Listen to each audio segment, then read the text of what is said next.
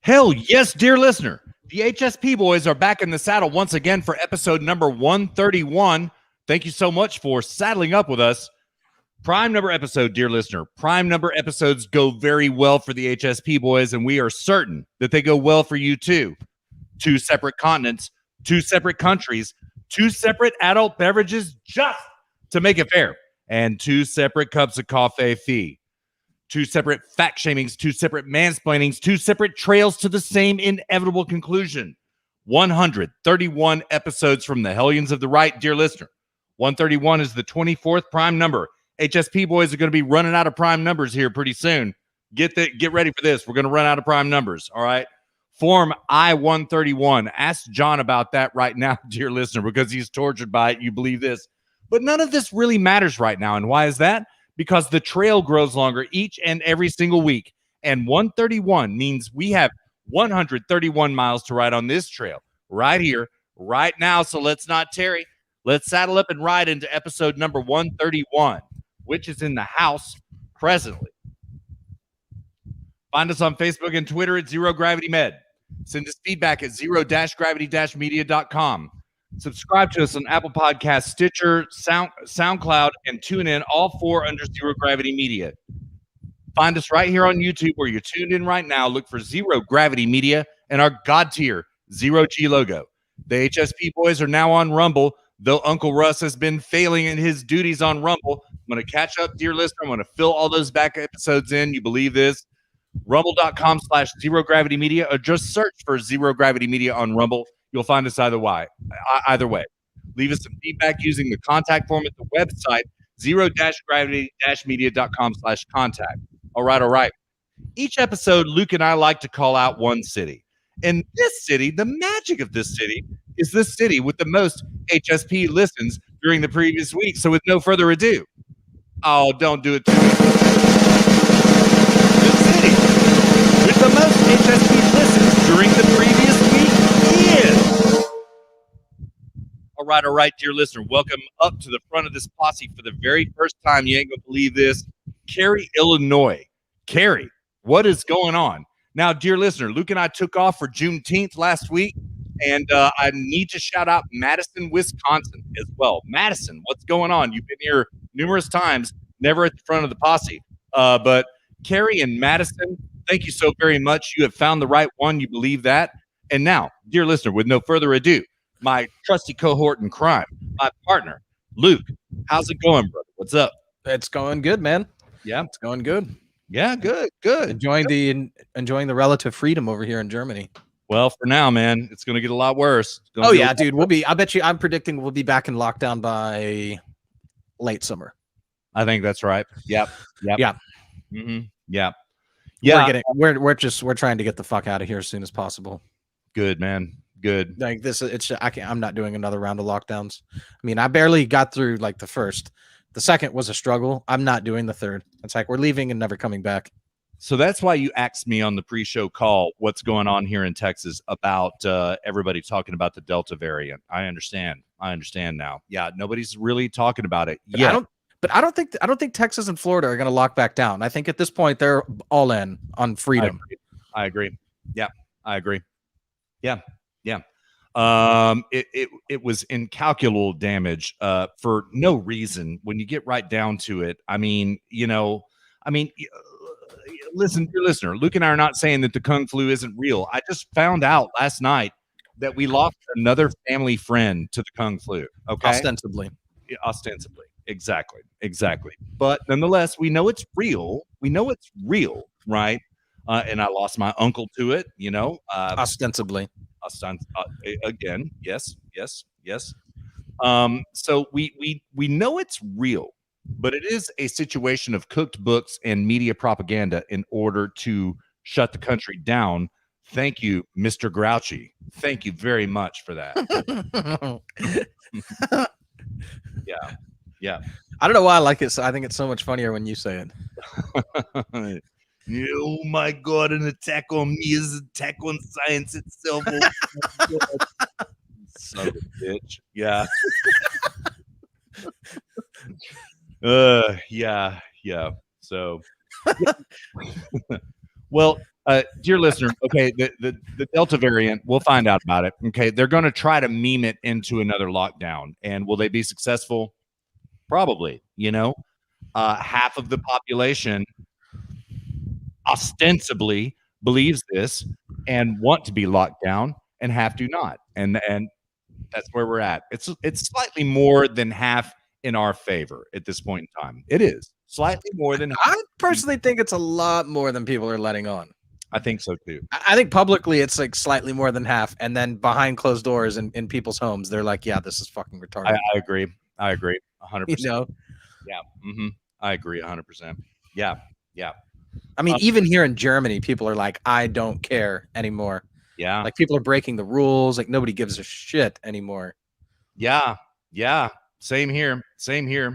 And got a little bit of show prep about this hot off the presses from the Gateway Pundit. Dear listener, massive London protest against lockdowns. Enough is the title of the piece.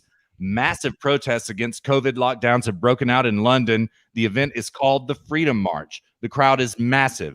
And dear listener, they've got photo evidence to prove it. Overhead photo evidence, thousands, maybe tens of thousands, honestly. And seems to be, I've seen videos of the event. It seems to be a really good vibe, but they're not going to take this lying down in London, because Bojo is about to lock down England again. Okay. Particularly the south of England and London as well. Okay. Man, Bojo, unpredictable as hell. That's all I can say about Bojo. There is no way to get a read on him any more than Matthew McConaughey. Oh, I almost said it. Matthew McConaughey. So, yeah. So anyway, dear listener, protests going on right now in London. This is a good thing. People are tired. People are tired of it. And will they successfully meme it again? Well, the problem is, no, they won't. Can they enforce it? Yes, they can. Right. And so restrictions on travel, restrictions on movement, restrictions on everything, restrictions on buying, for God's sake. Will it happen again? Yeah. Yeah. Dude, my favorite example of science was here in Germany. So they shut, for the longest time, if you weren't allowed to be open as a store unless you were considered essential, right? Selling essential items. Well, so they shut down all the non-essential stores, which I think that term is hilarious. I don't know anybody for whom their income is non-essential. They just work for the fun of it. Yeah. Yeah. So they shut down all the non-essential stores, but then all the big box stores, like not even that, but like the grocery stores here sell a lot of like little knickknacks and stuff like this. So the grocery stores here sell non-essential items. And so then the non-essential stores were all bitching and complaining about the essential stores selling non-essential items. I remember you told me about that. Crazy. Yeah. So then you'd walk through the grocery store here in Germany, and there would be like something that was deemed essential and for sale, and then right next to it something deemed as non-essential, and it was roped off, and you couldn't pick it up to buy it. The sheer idiot lunacy of specifically the left and everybody pushing this. It's absolutely mind-boggling, dude. It's hilariously mind-boggling. Yeah, I know. And I'm not even angry anymore, dude. I used to be really mad about the lockdowns. Now I'm just like, we're gonna get the hell out of here. I'm taking my talents and what I do elsewhere, and we're never coming. My revenge is leaving and never coming back. That's my revenge. So, y'all got plans about this yet? Y'all, I assume you're coming to America, right? Yeah. Yeah. Mm-hmm. Yeah. Do we have plans? Not concrete plans. We have flights. Yeah. Oh, you do. Damn. Yeah. We don't have the dates picked, but we have the flights purchased. Okay. So yeah, the plans are as soon as fucking possible. Mm-hmm. I mean, if we go back into lockdown again, I'm probably just gonna we're probably just gonna fly. Jessica has a couple loose ends to tie up here. So if we go back into lockdown again, we'll probably just leave, and then she'll just fly back on an as needed basis. That's good. That's a good plan, man. Seriously. Yeah. And I don't know what we'll do. I don't know if my company will allow me to keep working for them. Living in the States, I don't know. I don't know. I don't know. And in some sense, I really don't care. All I care about is not being here. and being in America, Florida or Texas, preferably. Yeah. Going like this, I will be moving to Florida. Seriously, man. Florida has the right idea. Here's the deal. You're moving to Florida? I've thought about it a lot because Ron DeSantis may become president.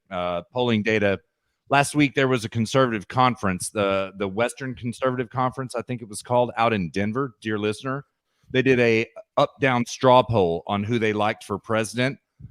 Ron DeSantis edged out Donald Trump. Okay, so there is a possibility that Ron DeSantis could become president. Okay, it wouldn't surprise me. Yeah. The difference is, dear listeners, that unlike Greg Abbott, Ron DeSantis is principled, truly principled. Okay. He is a for real right wing libertarian conservative. For real. He's not playing. Okay. Greg Abbott is a politician. And I've got a lot of stuff about Texas this week because dear listener, there are a lot of interesting things going on in Texas right now. It's a very interesting place to live right now. And, sorry, blasting the show out to dear listeners. But Ron DeSantis does it from the right place. He does it from here. Okay. Greg Abbott does it tactically, dear listener. And that's he's a pragmatist. He is. He's a pragmatist. He's a right-wing pragmatist. That's what he is. Yeah, he is. Dear listener, don't think for a moment that Texas opened up because of principle. No. Ron DeSantis opened Florida up because of principle. We've already talked about this in these hallowed halls, if I may say, which I do. We've already discussed this. Greg Abbott did it because he was getting dogged in the polls because of what happened with ERCOT after the freeze. Okay. So Greg Abbott made a political horse trade in order to get his poll numbers up. Ron DeSantis did it because it is principle. It is principle. So Mike Ivy's in the house. Mike, how's it going, brother? Good to see you, man. Thank you for being here. What's up, here. Mike Ivy? Thanks for jumping in, man. Man, thank you very much. So, yep. Yeah, man. Yeah. So, lots of stuff going on in Texas, dear listener. Lots of stuff. That's on my man, Luke. I have so many topics this week. It's insane. It's absolutely insane. So, should we shift gears? Have we BTFO'd the Kung Flu enough, or have we not beat this horse dead yet? No, I mean, everybody knows you can't turn. I mean, I don't know. You can't turn. That's all you hear about here is the media. So everybody knows about everything. Yeah. Allahu Akbar is trending in Germany on Twitter. Wow. That's comforting. Huh. Yeah. Yeah. There was a stabbing, mass stabbing about 2 hours from here. Yep, there was. Yeah, I was worried about y'all, man. I saw that in the news. Yeah, 3 died, I believe. 7 more injured. Is that correct? Something like that? Yeah, something like that. Disgruntled citizen of the world. Yeah. Yeah, exactly. Exactly. So, yeah, I was worried about y'all, but I figured it was far enough away that y'all had a buffer on that. So yeah. No, we're good to go. We know people in that city though. Yeah. Are they all right? Your people? They all right? Yeah, they're good. They're good to go. Okay. Disgruntled citizens of the world, man. I guess they didn't. I guess they don't teach how to not be disgruntled in integration course. I guess not, man. Integration courses that they I guess those in the integration courses when you learn about Christmas. I guess they didn't mention the fact that you shouldn't murder people. Yeah, there's that. The don't murder people training. Yeah, I guess that maybe they don't have that as a module in the integration course. It's the integration course is 650 hours, but I guess they couldn't fit that in there. Don't kill people. Oh, stop. Yeah, I guess not, man. I guess not. So that's how long the integration courses are, though. I know because they tried to get me to do the integration course. I was like, fuck you. I'm not doing that shit. Mm-hmm. I was like, that shit. I'm not doing that. Yeah. Like, if anything, your country needs to integrate into my culture. You might be a little more wealthy. Yeah, right. Exactly. Yeah. I mean, what are you coming for in the first place? Right. So, yeah. So, yeah. Yeah. So, yeah. Uh, so, you know, dear listener, jumping back to Texas, talking about all the interesting stuff going on here, and there is quite a lot. Okay, I've got a Mish Talk piece here. The title of the piece is "Swiss Reject Climate Change with Zoomers and Millennials Leading the Way." And dear listener, it is correct. They had a climate change bill in Switzerland. 70% of millennials and Zoomers voted against that bill. So it didn't pass. It was a carbon tax bill, essentially, is what it was. Okay. But buried in this Mish Talk piece, about halfway down, okay, there is a bullet point, a subsection called heat wave. All right. About halfway down the piece. I'm going to take it from there. Okay. Meanwhile, there is a heat wave in the U.S. accompanied with notable howls, as if the U.S. could have done something 10 or even 20 years ago. Guess what? We couldn't. Next bullet point, Texas blackouts. 6 days ago, the Texas grid operator urged electricity conservation at many power generators, as many power generators are unexpectedly offline and temperatures rise. Dear listener, there is a scandal going on in Texas right now, right? Because we have completely inept politicians running our energy grid. Not inept, they're very adept. They are corrupt, is what they are. They're absolutely effing corrupt. Okay. The Electric Reliability Council of Texas said in a statement Monday that a significant number of unexpected power plant outages, combined with expected record use of electricity due to hot weather. Remember, it was cold weather during the freeze, dear listener. Now it's the hot weather, has resulted in tight grid conditions. Tight grid conditions, indeed. Approximately 12,000 megawatts of generation were offline on Monday. So, dear listener, what they did on Monday is everybody with a smart thermostat, right? ERCOT logged into everybody's smart thermostat and set, to the point that you couldn't change it, set and locked your thermostat to 78 degrees. Dear listener, here's the bottom line. If you want to consume 10 times more energy than you are consuming right now, you should be able to do that. The grid should be able to provide that. The answer is simple: nuclear power plants and bring back the coal burners. Okay. I'm going to skip down a little bit. The coal burners. Well, damn. My bad. One track mind, dear listener. One track mind, All right. Bring back the coal burners. Burn that coal. So, yeah. All right. Another bullet point: $66 billion spent on renewables before the Texas blackouts. Real Clear Energy asks, why was $66 billion spent on renewables before the Texas blackouts? Here's the answer: because big wind and big solar got $22 billion worth of subsidies. $22 billion. Texas taxpayers. You wonder why your property taxes are so high? You have no state income tax, but your property taxes are extortionate, literally extortionate. Okay. That's where your money's going. It's going to subsidies to big wind and big solar. Stop and think about that. That's what ERCOT is doing. They're distributing your tax revenue among big wind, big solar. Stop and think about that. Yeah. These rolling blackouts. That's why. That's why it happened. It is a failing use of energy, dear listener. Okay. And Greg Abbott is going to lose this election because of this. You set your watch to it. He will not win. He will not. It's not a failing use of energy. It's a failing production of energy. That's it. That's what I meant. Yes. Yeah. Mm-hmm. Yeah. And not only that, but this dude out of Dallas hacked the software for a smart. What the hell is it called? We don't even have central HVAC here. I think in this case it was a smart meter, was it not? Smart meter. Yeah, that's what it is. He reverse engineered and figured out that, because he was wondering, he was like, what is up with this data series that the smart meter is transmitting out?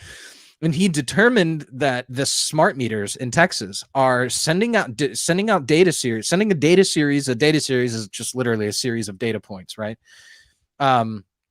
And he figured out that what that was the number of days since so the smart meter was telling ERCOT the number of days since the last time it was off the grid. Yep. So now ERCOT, if you have a smart meter, ERCOT's monitor, basically what it is they can basically switch your power off depending on when the last time you had it was. So it's literally like cutting all the trees down until they're all the same height, which is like near ground level. That's a great analogy, man. That's so correct. Yeah. Yeah. So so ERCOT is an evil organization. If you have a smart meter, remove it immediately, can it, throw it away. Yep. I got a smart meter, man. No joke, I do. So but do you have control over that since you're a renter? I have no, I don't. No, I don't. Yeah. Yep. I do not, however, have a smart thermostat. My thermostat did not get reset. So suck my ass on that, I suppose. So I saw a bunch of funny memes. It was like the come and take it meme, but it was like a picture of someone's thermostat. It's 68 degrees. And it said, come and change it.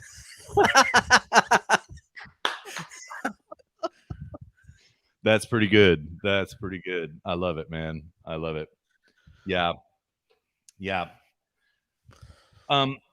So dear listener, Texas is kind of the epicenter for interesting shit right now. They're interesting shit. We just passed a law banning, we haven't passed it yet.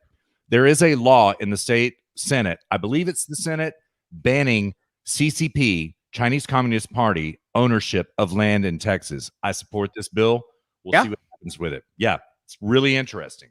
Really interesting. And they own 180,000 acres surrounding Fort Hood. Stop and think about this.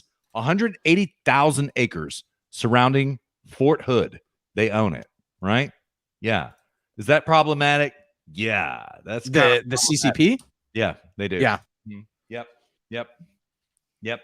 They own a bunch of land in Mexico, like right across the border as well. They do.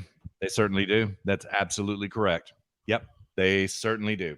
So what's going to happen to the 180,000 acres? Are they going to just confiscate it? Yeah, I think so. Yeah, that's what the bill says. Yeah.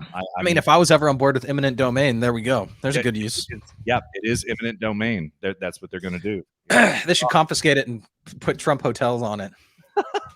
That would be better. Better use of that land for certain. So, yeah, that is the idea, to eminent domain it. So we'll see what happens. You know, I support it 100%. So, yeah. All right, dear listener, Greg Abbott sends out this tweet 3 days ago. I just signed a resolution asserting Texas sovereignty under the 10th Amendment over all powers not granted to the federal government by the U.S. Constitution. The resolution officially notifies the president and Congress to cease acts of encroaching upon the powers of states. Okay, that's great, Greg Abbott. A broken clock is right twice a day, right? That's great, bro. That really is. Greg Abbott does some good stuff, dear listener, but as Luke said, he is a political pragmatist. He is not like Ron DeSantis in terms of a principled politician. He's not, okay? Great move, though, Greg Abbott. Appreciate it a bunch, okay? Dear listener, you know that we've got a constitutional carry already passed here in the United States, okay? You know that's interesting shit. As of September 1st, dear listener, you can carry your gun with you as long as you're legal to do it wherever you want. You don't need a permit for it. It's great. Okay. We've got a bearing arms piece here. It says new Texas suppressor law, 10th Amendment test case. Okay. Constitutional carry and Second Amendment sanctuary weren't the only pro 2A bills signed into law by Greg Abbott this week. The Texas governor actually signed 7 bills expanding or protecting the right to keep and bear arms on Thursday, including a measure that would allow Texans to purchase suppressors. That means silencers to other people that don't know. Suppressors without having to register them under the National Firearms Act, which is a regulation that I think it was Homeland Security that passed that. I may be wrong. It may have been the ATF that passed this executive order that basically you can't have a suppressor without registering it. Okay. So Greg Abbott, under the Commerce Clause, passed this executive order saying that if the suppressor is made in Texas, you don't have to register it under federal law. You don't have to do it. Okay, that's good. That's good. That's good. Okay. All right. Got another piece here. The American Sun, a better approach to gun control nullification. I'm not going to read the piece, dear listener, but what the piece essentially details is it says this. Okay. 10th Amendment and Commerce Clause cases are sinkers. They're sinkers. You're not going to win on that. Here's the track record. We have a grand total of 2 in the history of the United States that have won. Okay. A better thing to do is to summon the state militia and prescribe arms for them that you think they need. Okay. Anybody, for example, Greg Abbott could, by executive order, say, okay, we're being invaded on the southern border right now. This is a real state security crisis. The state militia, which involves everyone who has a gun, must have an AR-15, a suppressor, ear protection, and a sidearm. Okay. He could do that. Okay. There's not anything that the federal government could do to stop that. Okay. Because that is the state militia. The states have the rights to raise and regulate their own militias. 100%. Okay. I think it's a damn brilliant point of legal analysis. I think it is. And so did Darren Beatty at revolver.news. So hat tip Darren Beatty. Appreciate that a whole bunch, man. So we'll see what happens. Will that happen? No. That's a little bit outside of the pragmatism of Greg Abbott. That's just a little bit too far for cucks. Not that Greg Abbott is a cuck. He's what would you call him, Luke? A half cuck? Is that what he is? A half cuck? You know? Yeah. I mean, yeah. Just a garden variety cuck, I would say. Variety. Yeah. Mm-hmm. Yeah. Like Ted Cruz. You know what I mean? Yeah. I'd say Ted Cruz is maybe a little better. Yeah.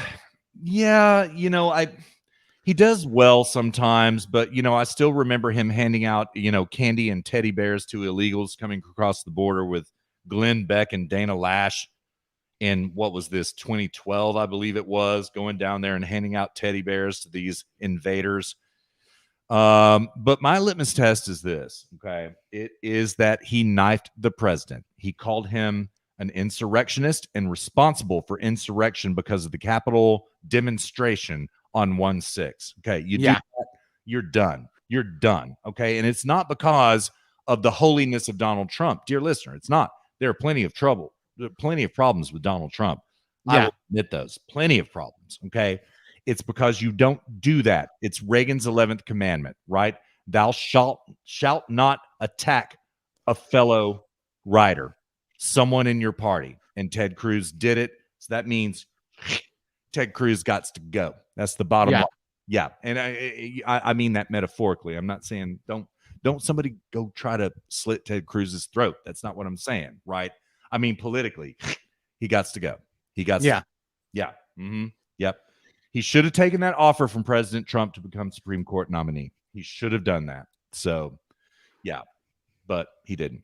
So, yeah. So that's it about Ted Cruz. Yeah. Hey, I was just looking at the at this. I'm backstepping really quick back to this Würzburg stabbing. Yeah. Just in case anybody was wondering just how brainwashed people are over Corona. The stabbing, the guy who stabbed the disgruntled citizen of the world who stabbed the 3 ladies to death inside the Woolworth store, even outdoors, was mindful enough to protect the people around him and wear a mask. Oh, that's so polite. So polite. Yeah. So, I guess, he wore the anti-corona mask to prevent any of his victims from being infected. That's nice. That's really nice. Yeah. It is. Yeah. So there's pictures and videos of him running around in the streets with a knife in his hand after having just murdered 3 people wearing his mask. So that I saw a very short video, like a 10-second video of it, where he did stab somebody, and he had his mask on, and I'm so conditioned now to people having their mask on. I didn't even think about it, but you're right. He did. Yeah. So there's video of the actual stabbing. One stabbing, one of the 10, 13, I think there were. Yeah. Yeah. I don't even know how many people he stabbed. I just know 3 people died in it. Yeah. There is actual video. You know what? I didn't clip it. I'll I'll send it to you after the show. I've got it somewhere. So yeah. Yeah. I mean, I'm seeing videos of him running around outside.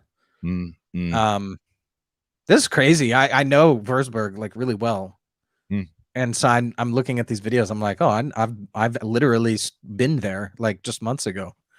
Like I know exactly where this is. Yeah. Yeah. Yeah. You know, it's funny. It's funny. I remember you saying that with the Heidelberg Christmas market attack in 2019, I believe it was 2019, right? I'd totally forgotten about that. Yeah.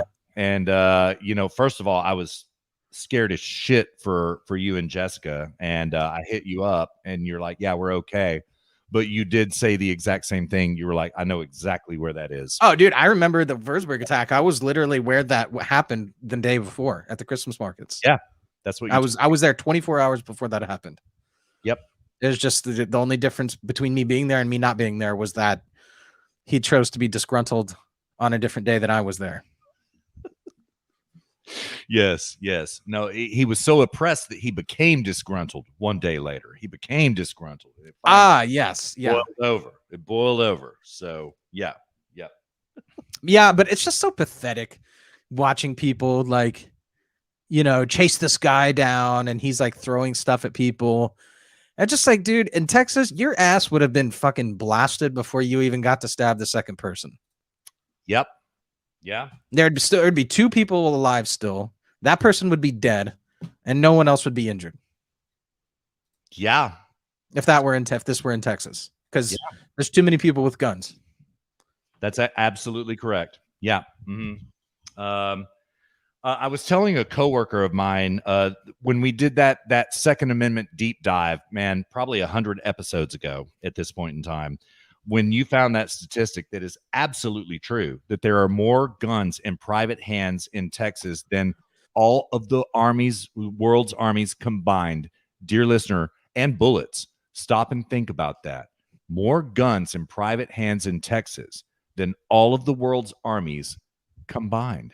It's remarkable. I don't know if it's all of them, but if it's not, then it's close. It's for sure like the top 5. It's like, because what I did is I figured it was like the top 5. It's like China, North Korea, the whole of the EU, India, and Russia, all combined. There's more, right? And America.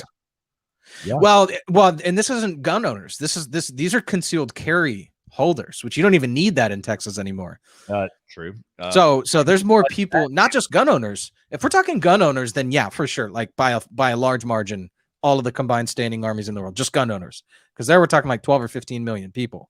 I mean, a large standing army is only a couple of 100,000 people. You know, where in Texas there's like tens of millions of gun owners. So, and who knows what that is by now. So, because this was like 3 years ago when I ran these numbers, and people were way less concerned about shit happening then than they are now. So, but no, that was at the time. This was like 3 years ago. That was just concealed carry permit holders. Dang. Wow. Dang. That's it. More than all the combined, more concealed carry permit holders. Maybe it's, I don't know, CCL, concealed carry license. I don't know if it's a license or a permit, but it doesn't matter. Yeah, they started calling it LCP, you know, license carry permit, I guess. Yeah. Yeah. So, there's more people carrying on a daily basis than the 5 largest combined standing armies in the world. That's the operative. Yes. So, you know, so when you have Biden coming out like, oh, you're going to need your F-15s and nukes. I mean, aside from the fact that that's like the best case argument for the Second Amendment. I mean, are you really like, do I honestly think that you take the 5 combined standing armies in the world and pit them against the people of Texas, who's going to win? Of course. I mean, but like, you're going to have that is going to be a Pyrrhic victory at best. At best. You know, and I'm glad you said that, because, dear listener, I do want to call into evidence in these hallowed halls the hypocrisy and contradiction of exactly what Luke mentioned about what Joe Biden said about the F-15s and nukes. Okay. Oh my God, the Capitol was almost overthrown. Oh my God. Well, they didn't have F-15s and nukes with them, did they, dear listener? They didn't have guns with them. As a matter of fact, not one weapon was seized at the Capitol from any of the protesters. Not one. That was not an, oh my God, an armed insurrection. It wasn't any of that. Oh my God. Yeah. Wasn't any of that, dear listener. And they definitely didn't have F-15s and nukes. So, number one, you have to have F-15s and nukes if you're going to come at the government, except unless it is the 1/6 Capitol demonstration, which was the greatest threat to our democracy. Oh my God. Oh my God. The greatest threat to our democracy of all time since the Civil War. Oh my God. That's what they're pitching you right now. This is easy to pick apart. Plenty of others have picked apart this hypocrisy. I wanted it said in these hallowed halls. So thank you for indulging me. So yeah. Dude, I saw a funny meme a minute ago. Hmm? Look at this meme. You sent it on Discord? No. Okay. I'm putting it up on oh, come on. There.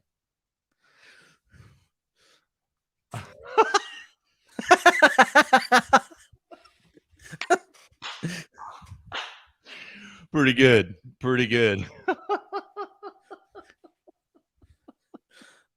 Pretty good.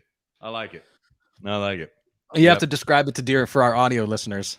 So audio, dear listeners, it is a picture of an F-15 driving across looks like a 4-lane with a turn lane in the middle, so a 5-lane street with traffic, and the F-15 is right in the middle of it.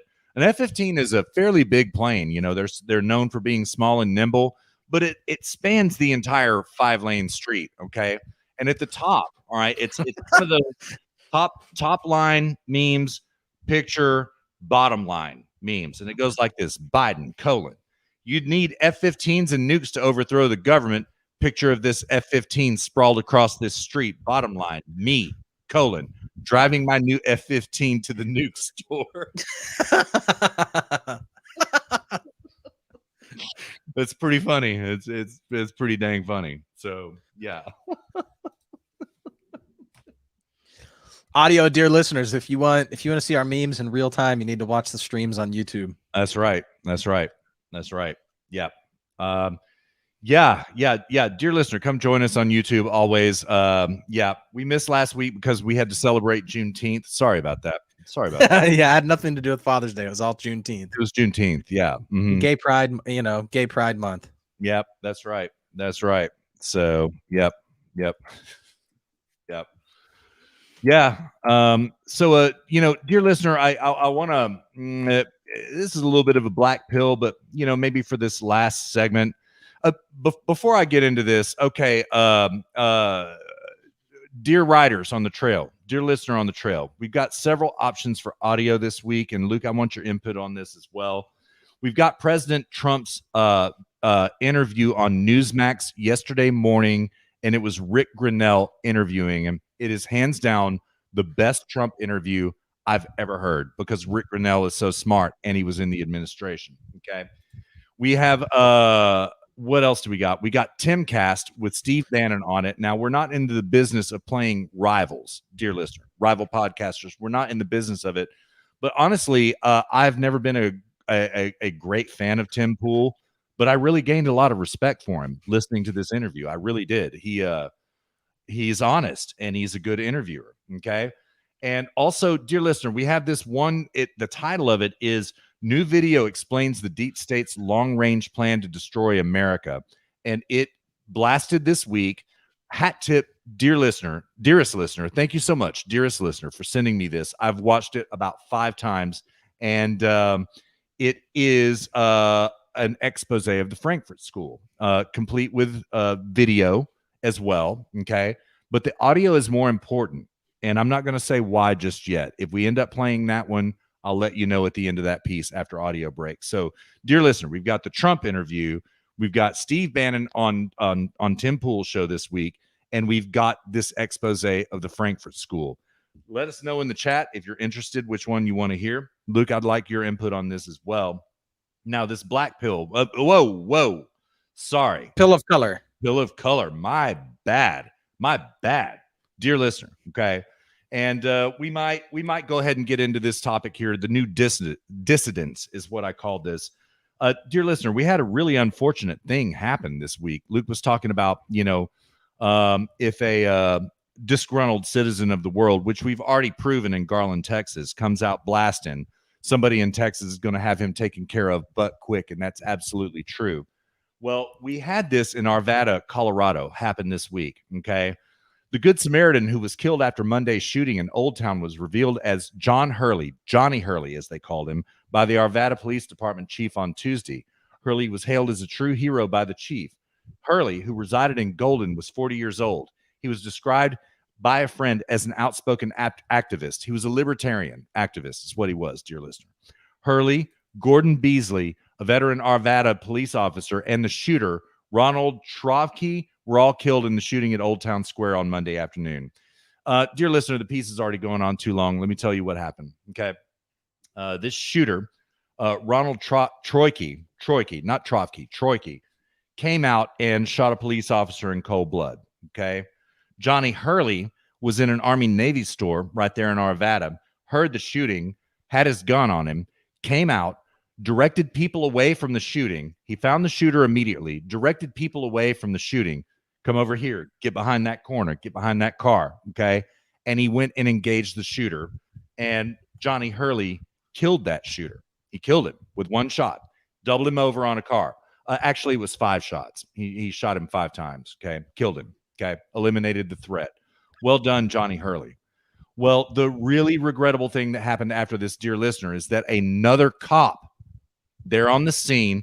I don't want to indict this cop because we don't know the facts yet. We don't know what was in this cop's mind. This cop sees a shooter, right? Well, he shot Johnny Hurley dead right there in this strip center, okay? Shot him dead. The hero of the moment, okay? So, dear listener, those of you who carry, which will be everyone in Texas here pretty quick, be mindful of that, okay? You can be mistaken as an aggressor. Even though you're the good guy, you can be mistaken as an aggressor. But Johnny Hurley was a hero. And I want to pour one out on this trail right now for Johnny Hurley because it was a mass shooting incident. It was about to be a mass shooting incident. And he was put down by a police officer whose identity we do not yet know. So, yeah. Adam Paul says Trump interview, please. All right. That's a good choice, Adam. That's a good choice. I would do Trump interview because I listen to the Bannon stuff. Okay. Bannon's an interesting character, man. Yeah, he is. He's really knowledgeable about a lot of concrete stuff. He is. I view him as somebody who has like some crazy, amazing life experience, a lot of education, very aware of a lot of the facts, but he lacks a sort of philosophical integration of it all. I would agree. You know what I mean? Mm-hmm. I do. And that's why I find it, somebody like him to be like profoundly disappointing because he's way far down. He's way more impressive than a lot of other people, and he could be so good, but he just lacks a philosophical integration of all of the knowledge that he possesses qua politics. I would agree 100%. I think that is perfect analysis. Yeah. Mm-hmm. But I did gain a lot of respect for him. You know why, Luke? Because he's honest. He's honest. Oh yeah, no, but that's one of the things that I like about him is he's intellectually honest. Mm-hmm. Mm-hmm. Yeah. So, and I think he kept Trump intellectually honest. I do too. And that's why. That's why I just saw something funny. And that's why I think they probably ended up parting ways. Is Trump has a more pragmatist vein running through him than Bannon is. You're talking about Bannon. I thought you were talking about Tim Pool with this. Okay, I would agree with that with Bannon as well. Yeah, no, not Tim Pool. I mean, Tim Pool's got some really interesting life experience and stuff like this, but like, Bannon is educated. Bannon was in the military. Bannon has actually been in politics. Bannon's been in media. I mean, don't get me wrong. I like to. What's that? Bannon worked on Wall Street. He did for. Yeah. He worked for Goldman Sachs. Yeah. Mm-hmm. I like Tim Pool, and this I am not saying this to to denigrate Tim Pool or anything, but relative to Bannon, Tim Pool's a one-trick pony. Tim Pool's just media and always has been. And I don't say that to take anything away from him. It's just the fact of the matter. Whereas Bannon's been all over the place. He's been, like you said, on Wall Street. He's been in politics. He's been in the military. Like he's been he's been through education. He's, Bannon has some crazy life experience. And that's why I find it disappointing. It's like, man, if he could have a more philosophical understanding of everything that he knows, he would be a force to be reckoned with. But unfortunately, he just is a walking encyclopedia of concrete facts about politics and history and Wall Street and military and stuff like this. And it's all just disintegrated facts, and I don't mean disintegrated as in, I mean literally disintegrated. It's not integrated into like a conceptual framework, through which he can interpret the world. But that doesn't mean that what he says and thinks isn't of value. You just have to, as you listen to what he says, you have to color everything that he says with the understanding that he's just not a philosophical guy, in my opinion. Yeah, he is not. He is not. And, it's interesting. He's not what I would call a pragmatist. I wouldn't call him a pragmatist. He's an eternal populist. He's just a for the people guy. That's it. Yep. He is. He's just a for the people guy. Yep. And it's interesting. He is principled, but I would agree with you. As much as he knows about philosophy, and he truly does, he's not very philosophically consistent, right? And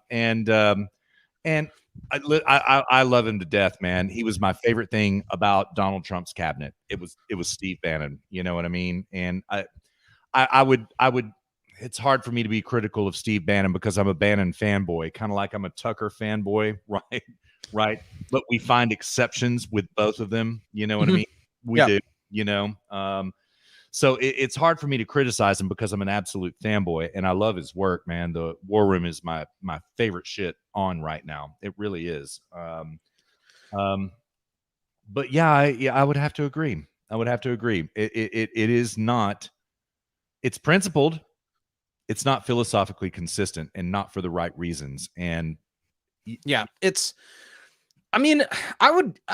don't know. I mean, you can be principled and be a bag of shit too. True. You can be. Communists are extremely. The extent to which Bernie and AOC and the Squad and all of them are successful. The reason that they're successful is the extent to which they are far more principled than their other leftist colleagues. That's right. They're just way more principled leftists. So you can be principled and principled in a bad way. Being principled in and of itself is not categorically good. Right. Absolutely. I mean, I'll take an unprincipled Democrat over a principled Democrat any day of the week because the unprincipled Democrat is going to cuck and be pragmatic. And, this is why I said, I said this before the election. I was like, even if Biden gets elected, there's only so much damage he's going to do because he's not an ideologue. He's just a pragmatic left of center politician. He is. That's it. And to the extent he's an ideologue is the extent to which he has to be because that's the pragmatic way to be. So if it means, I've got to jump on board with communism, then he'll be a communist. If it means, jump on board with climate change, he'll jump on board with that. If it means, people aren't liking climate change too much, let's not talk about that for a little while and talk about something else. It's true. It's just not much damage that he's going to do. Mm-hmm. The people we have to worry about are the people behind the scenes, as Putin refers to them as men in black suits. And the actual principled leftists, Democrats. So yeah, couldn't agree more, man. So yeah, and there are plenty of them. Bongino has been saying this thing, and I like it quite a lot. Okay, most Republicans are actually Democrats. No Democrats are Republicans, and I agree with that. That's Bongino's fourth rule right there. I agree with that. You know what I mean? 100%. Yeah. Yeah. Mm-hmm. Yeah. And But you know what we're talking about right now. I would actually say the vast overwhelming majority of the Republican Party is either actually Democrat or just not Republican. Yeah, I would agree. They're just neither. Yep, it's regrettable. Yeah. Yeah, and I would say that's like 98% of the Republican Party. Even somebody like, oh shit, Texas Congressman, help me out, Russ, Navy SEAL. I can't believe I'm not forgetting his name or not remember. Yeah, Dan. Even somebody like Dan Crenshaw's like, he'll kind of slow his roll a little bit on the pro freedom movement. If he gets out over his skis, he will. Yeah, he will. Yeah. So I mean, there are very few people who have a principled and unwavering stance toward freedom. Louis Gohmert's one. Yeah. Ron DeSantis. Yep. Could be better, but I would classify him as being one.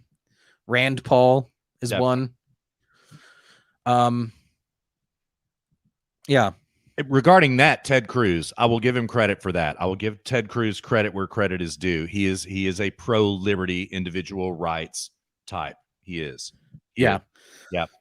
Adam Paul says Biden is a puppet. He leaps in. Yeah, Adam, you're absolutely correct. He is. Yeah, they've all been puppets. Yeah. What's that Keynes quote? John Maynard Keynes? Yeah. I don't know. Hold on 1 second. I was about to say, I mean, everybody's to some point a puppet. All of these guys are. Yeah. This is John Maynard Keynes. So practical men who believe themselves to be quite exempt from any intellectual influence are usually the slaves of some defunct economist. Yeah. It's a good quote, actually. It is. And I'm Keynesian. Yeah. So even if these people are not actual puppets by some men in black suits sort of thing, they're puppets to some stupid ideology, some defunct economist. Being pro-freedom, pro-liberty, being capitalist is the only ideology where you're not a puppet, because it really is up to you to figure out what the hell to make sense of this world. Yeah. Because that is relative to you. It's only like when you view the world through the lens of the fact that you are an individual and you have to live for yourself and do what's right for you. That's the only scenario in which you are not a puppet. Absolutely. Because you have to figure out what the hell to do for you. But if you don't even believe in individualism, if you're a collectivist, which breeds all these other toxic ideologies, then you're just a puppet to whatever the ideology says, because you don't matter. You don't have to think. So, and if I may interject right here, like what Luke was talking about Steve Bannon just a moment ago, dear listener, I do want to enter into objective evidence here in these hallowed halls on this trail right now. Herein lies the danger of populism. It is intrinsically collectivist. It is intrinsically not individualist. And that is dangerous at all times. Yeah, 100%. Yeah. So, well, what did you have? Oh, and by the way, dude, there was one topic I wanted to hit, and I'm not sure if you are privy to this. I've changed my tune. Oh, yeah? Yeah. How so? On social media. Oh, yeah? Should get BTFO'd by the government. Oh. Because huh? You're trying to, you're saying? No. I have. Oh, what happened? All right. So, okay. So first of all, dear listener, if you're not aware, go to this, you search this YouTube channel. I'll put it in the chat. I'll put the YouTube channel in the chat. Just 1 second. So this dude, he's a YouTuber. He's a Montreal litigator turned YouTuber. I have his introduction memorized. Yeah, I know who he is. Yeah. Viva Fry. Yeah. Subscribe to his channel. Do it now. Dear listener, look up Viva Fry. I posted it in the chat. Look him up on YouTube. He does the best live streams for anything that has anything to do with law, but also mixed in with some politics, which he does with Robert Barnes,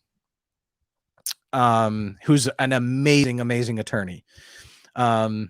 So it's the Robert Barnes and Viva Fry streams. Watch those streams. They are so good. But what they were talking about, there's this lawsuit coming out of California where a couple of guys are suing, I believe it's Twitter. Well, first of all, Bobby Kennedy is suing Facebook. They're embroiled in a lawsuit. And then there's a couple of guys suing Twitter. And Robert Barnes was saying, he was like, if you are going to sue a social media company over censorship, he's like, you don't have a better case going through the courts right now than this one. And what Robert Barnes was explaining, and Russ, this is now, I've never liked Ben Shapiro's like Section 230 argument. Even though I stole that from me. That's which stole that from, yeah. Section 230 argument. Yeah. Which is like, you're either a platform or a publisher. I don't like that because it's because of my original, like very cucky libertarian line of thinking, which is that it's private property. They can do whatever the hell they want. What I didn't know is there are actually laws in the books. And now I'm like, okay, Robert Barnes has now changed my mind. And I don't want to say cucky libertarian, like it's private companies, they can do what they want. I mean, I recognize that private companies can do what they want, with exception. The First Amendment does not apply to a company if the government is using a privately owned business to do its work for them. Absolutely. And that can be proven. That is not covered under the purview of the First Amendment or private property rights of any kind. Or Section 230. Absolutely. Yeah. None of those. So Absolutely. Now these guys are suing Twitter for being a state actor on behalf of the state, being an actor on behalf of the state, which is not covered under the First Amendment, which is considered a form of censorship. They're suing under other case law as well. And Robert Barnes is saying, he was like, this is the best lawsuit. That's, if something's going to happen, it's going to be because of this lawsuit. And it, dude, now my mind has changed. Like, I didn't know that. Okay. I didn't either. I didn't know that until you told me. Yeah. Yeah.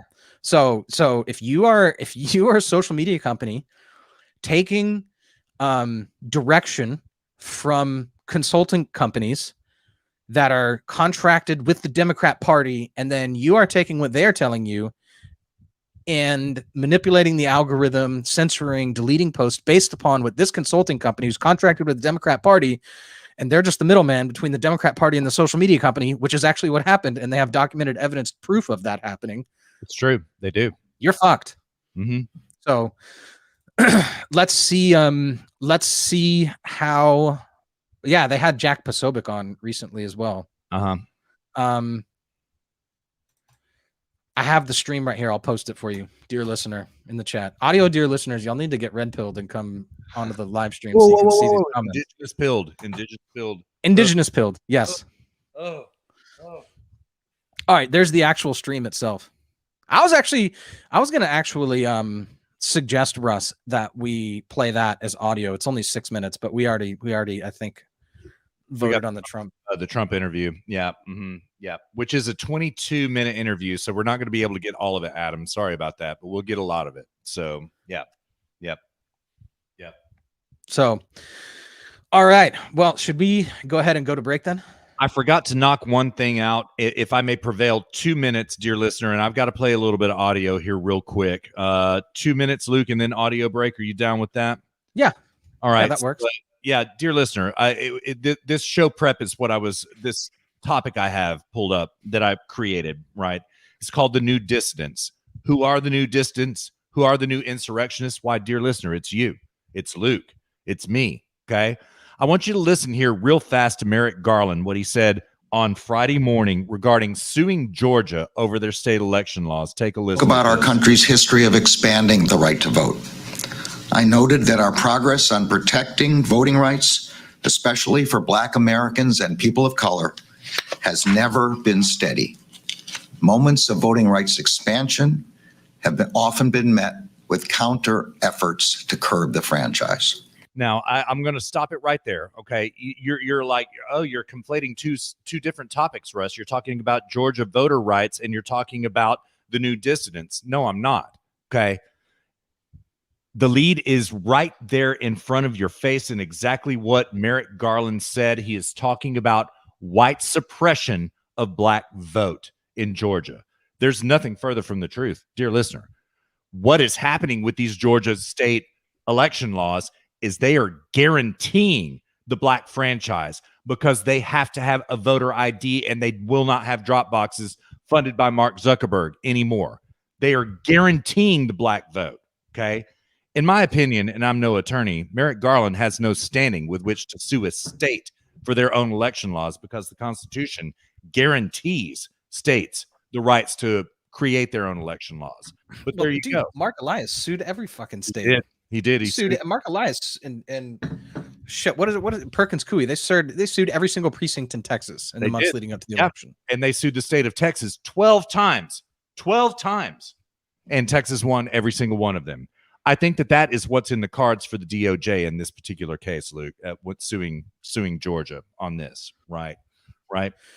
Yeah, and I love how like everybody on the left is like, they're trying to limit voting rights. No, they're like not. They're trying to guarantee voting rights. Yeah. In Europe, for example, in Germany, their beloved Europe, my social democracy. Like, dude, they have hardcore voting. Like, you have to have an ID. You have to go in person. Like, they have hardcore voting. Yeah. And, like, this whole idea that, like, this is limiting voting, or all this stuff is already and has been happening in Europe for a long time. Oh, it's a complete joke. It's damn near ubiquitous in Europe, voter ID. Damn near ubiquitous. Yeah. It's very rare to find a country, dear listener, in the world of the 195 countries in this world. Thank you, Lauren Boebert, for reminding me of that this week. That's a funny thing. We'll get to that in a minute. Like the United States is pretty much the only one where you don't have to show voter ID. Pretty much the only one. And that's only in some states. Texas just passed a voter ID law. The DOJ is going to be coming for them next, right? Because, dear listener, where I'm getting at is that Georgia is a dissident state. Texas is a dissident state. Arizona is a dissident state, right?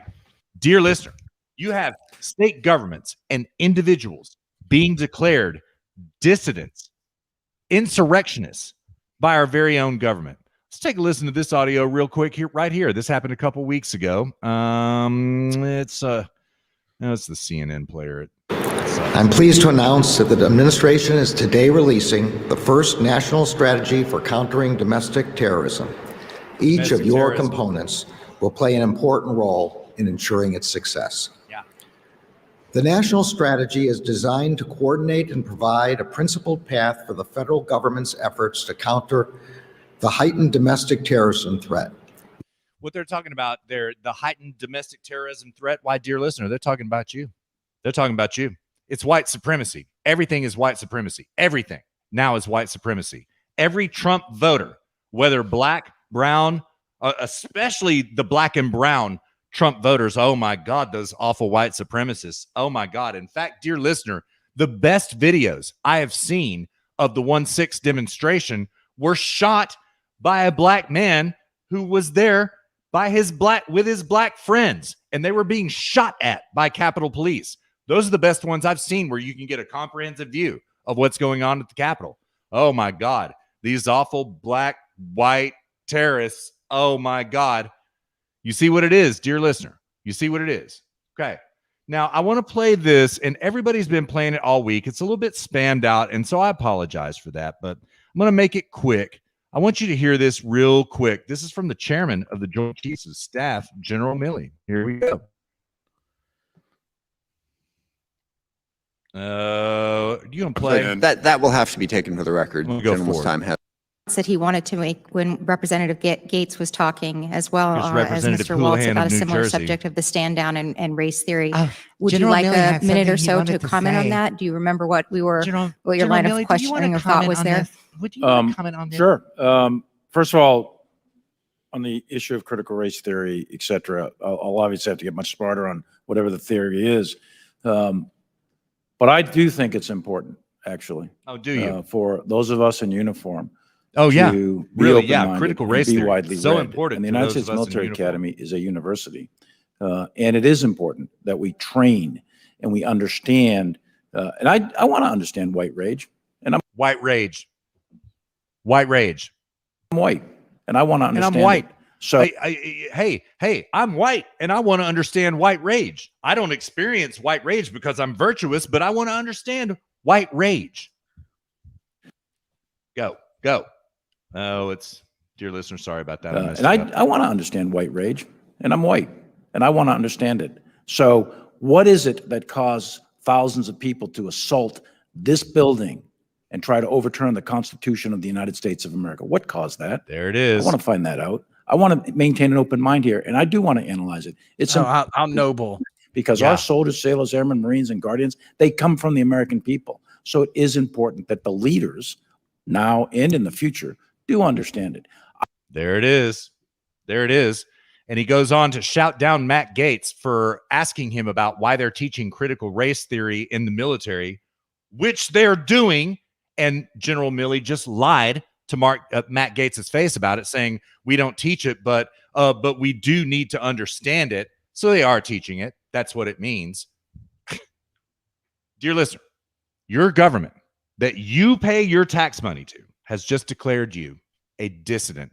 Has just declared you a dissident. Luke, I'm going a little bit too long, man, but I want to read a little bit from Glenn Greenwald's piece off Substack.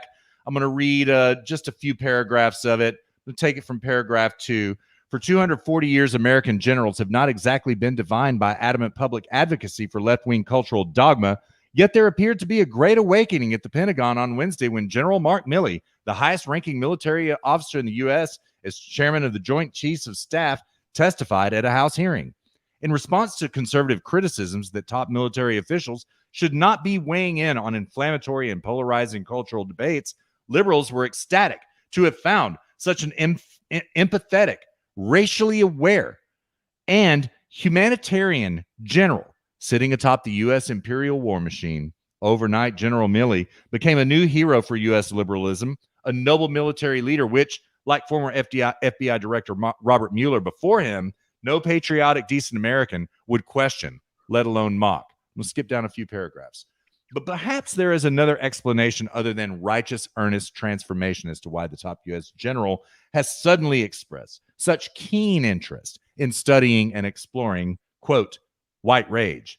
Note that General Milley's justification for the military's sudden immersion in the new study of modern race theories is the January 6th Capitol riot, which in the lexicon of the U.S. security state and American liberalism is called the Great Insurrection. When explaining why it is so vital to study, quote, white rage, General Milley argued, what is it that caused thousands of people to assault this building and try to overturn the Constitution of the United States of America? Remember what Joe Biden said, you're going to need F-15s and nukes? Yeah, these unarmed people really almost overthrew our democracy. Oh my God, democracy was over so much time. Yeah, no F-15s and no nukes there. Starring in that war justifying role, I'm skipping down. I'm getting too long here, dear listener. What the piece goes on to argue, what Glenn Greenwald goes on to argue quite correctly, is that this is the convenient scapegoat to make insurrections of us all. Everybody that was at the 1-6 demonstration, whether they entered the Capitol building or not, is an insurrectionist. All 75 million that voted for Donald Trump is an insurrectionist. They all have white rage. They're all white nationalists, all of them. General Milley just said it. You heard him in his own words. Dear listener, we didn't paraphrase, right? You heard the Attorney General, right? You heard the Attorney General talking about white suppression and how they're going to take action against white nationalists. Dear listener, the insurrectionist is you. You are a white nationalist. You are guilty. You must be punished.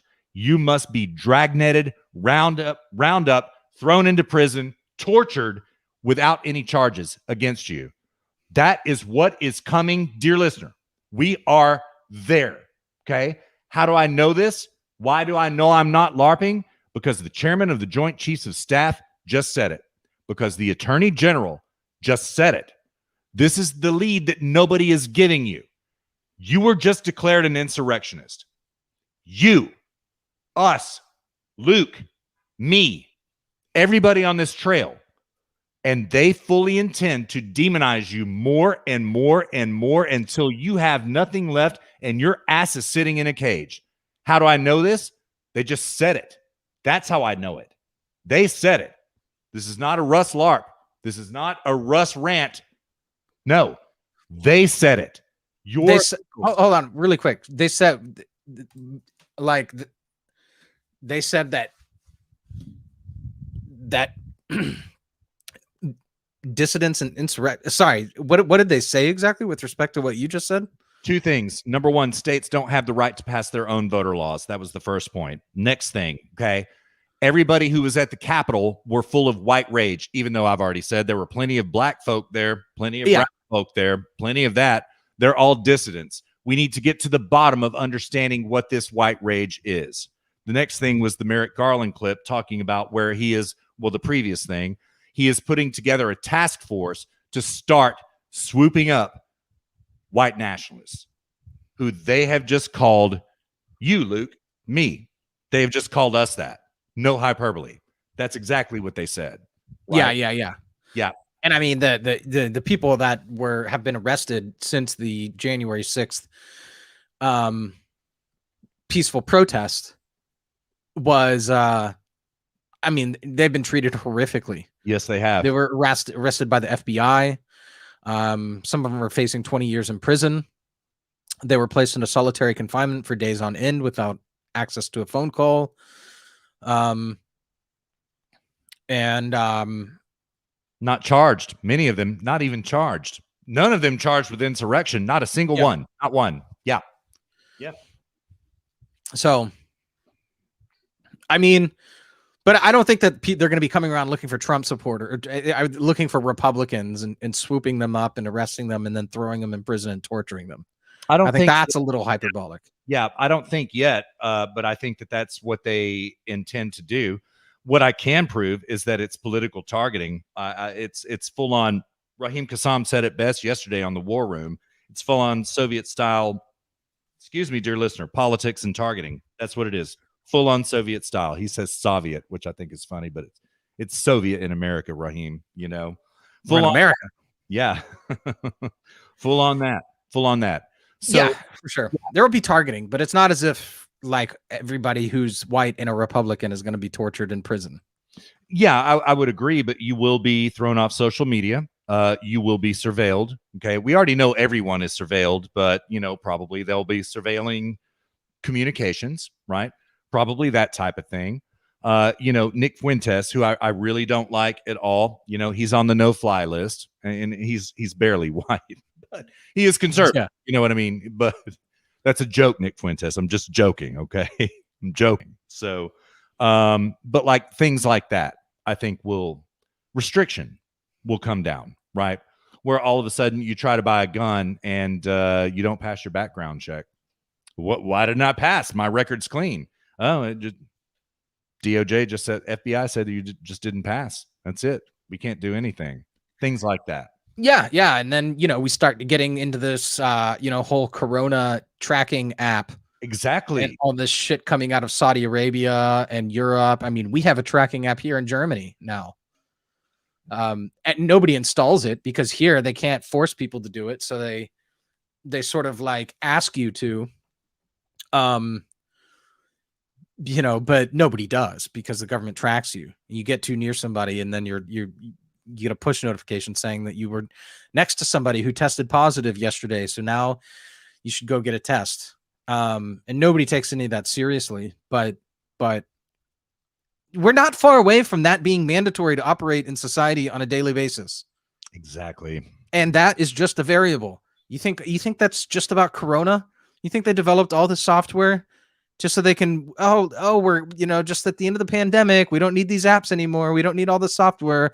We spent hundreds of thousands of millions of euros developing the software, deploying it, marketing it, all that. You think that that's going away?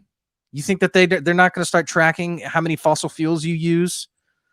You think that's not going to plug into your little smart meter and see how you run your air conditioner? You need to save up on fossil fuels. So when you want to travel this summer, so we need to not cool our home as much this spring. 100%. 100 for 100. what Russ is saying is not, I mean, that is not, I don't think they're going to start rounding people up and torturing them, right? But like, we are not far from that being possible. Exactly. That's the point. Yes, exactly. Exactly. You know, Yeah, and it's happening along all of those vectors Luke just described. Dear listener, this is yeah, I can just see it. You get a push notification. You'll be attending Thanksgiving dinner with at least 3 Republican family members. Here's what they all believe in your talking points. yes, You know? yes, yeah. Yes, citizen, you will report back about what you discuss around your Thanksgiving table. You know, yeah. How would you rate them on a scale of 1 to 10 in terms of white nationalists? Of course, right? Yeah. Rate your experience. Rate your experience as a white person Right? using this app. Right? 10 of 10. They're a communist now. 10 of 10. They hate themselves now. Exactly so. Exactly so. Oh my God.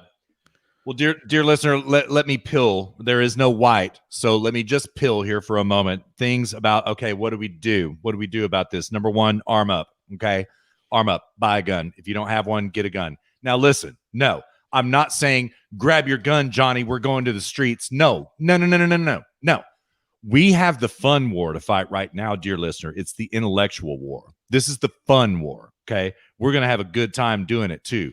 We ain't going to go out and shoot up the street and all that kind of stuff, shoot up a federal building. No. But you do need to have a gun. And I will tell you why. Because every gun that is in private hands is a check on this power, which Luke and I are describing to you. It is a check. Okay. They know that you have it. They probably know how much ammunition you have. That's cool. It doesn't matter. You do have it.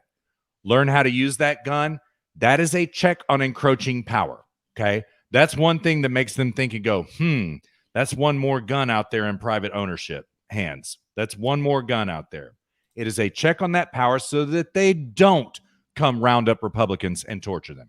They can't come round up Republicans and torture them.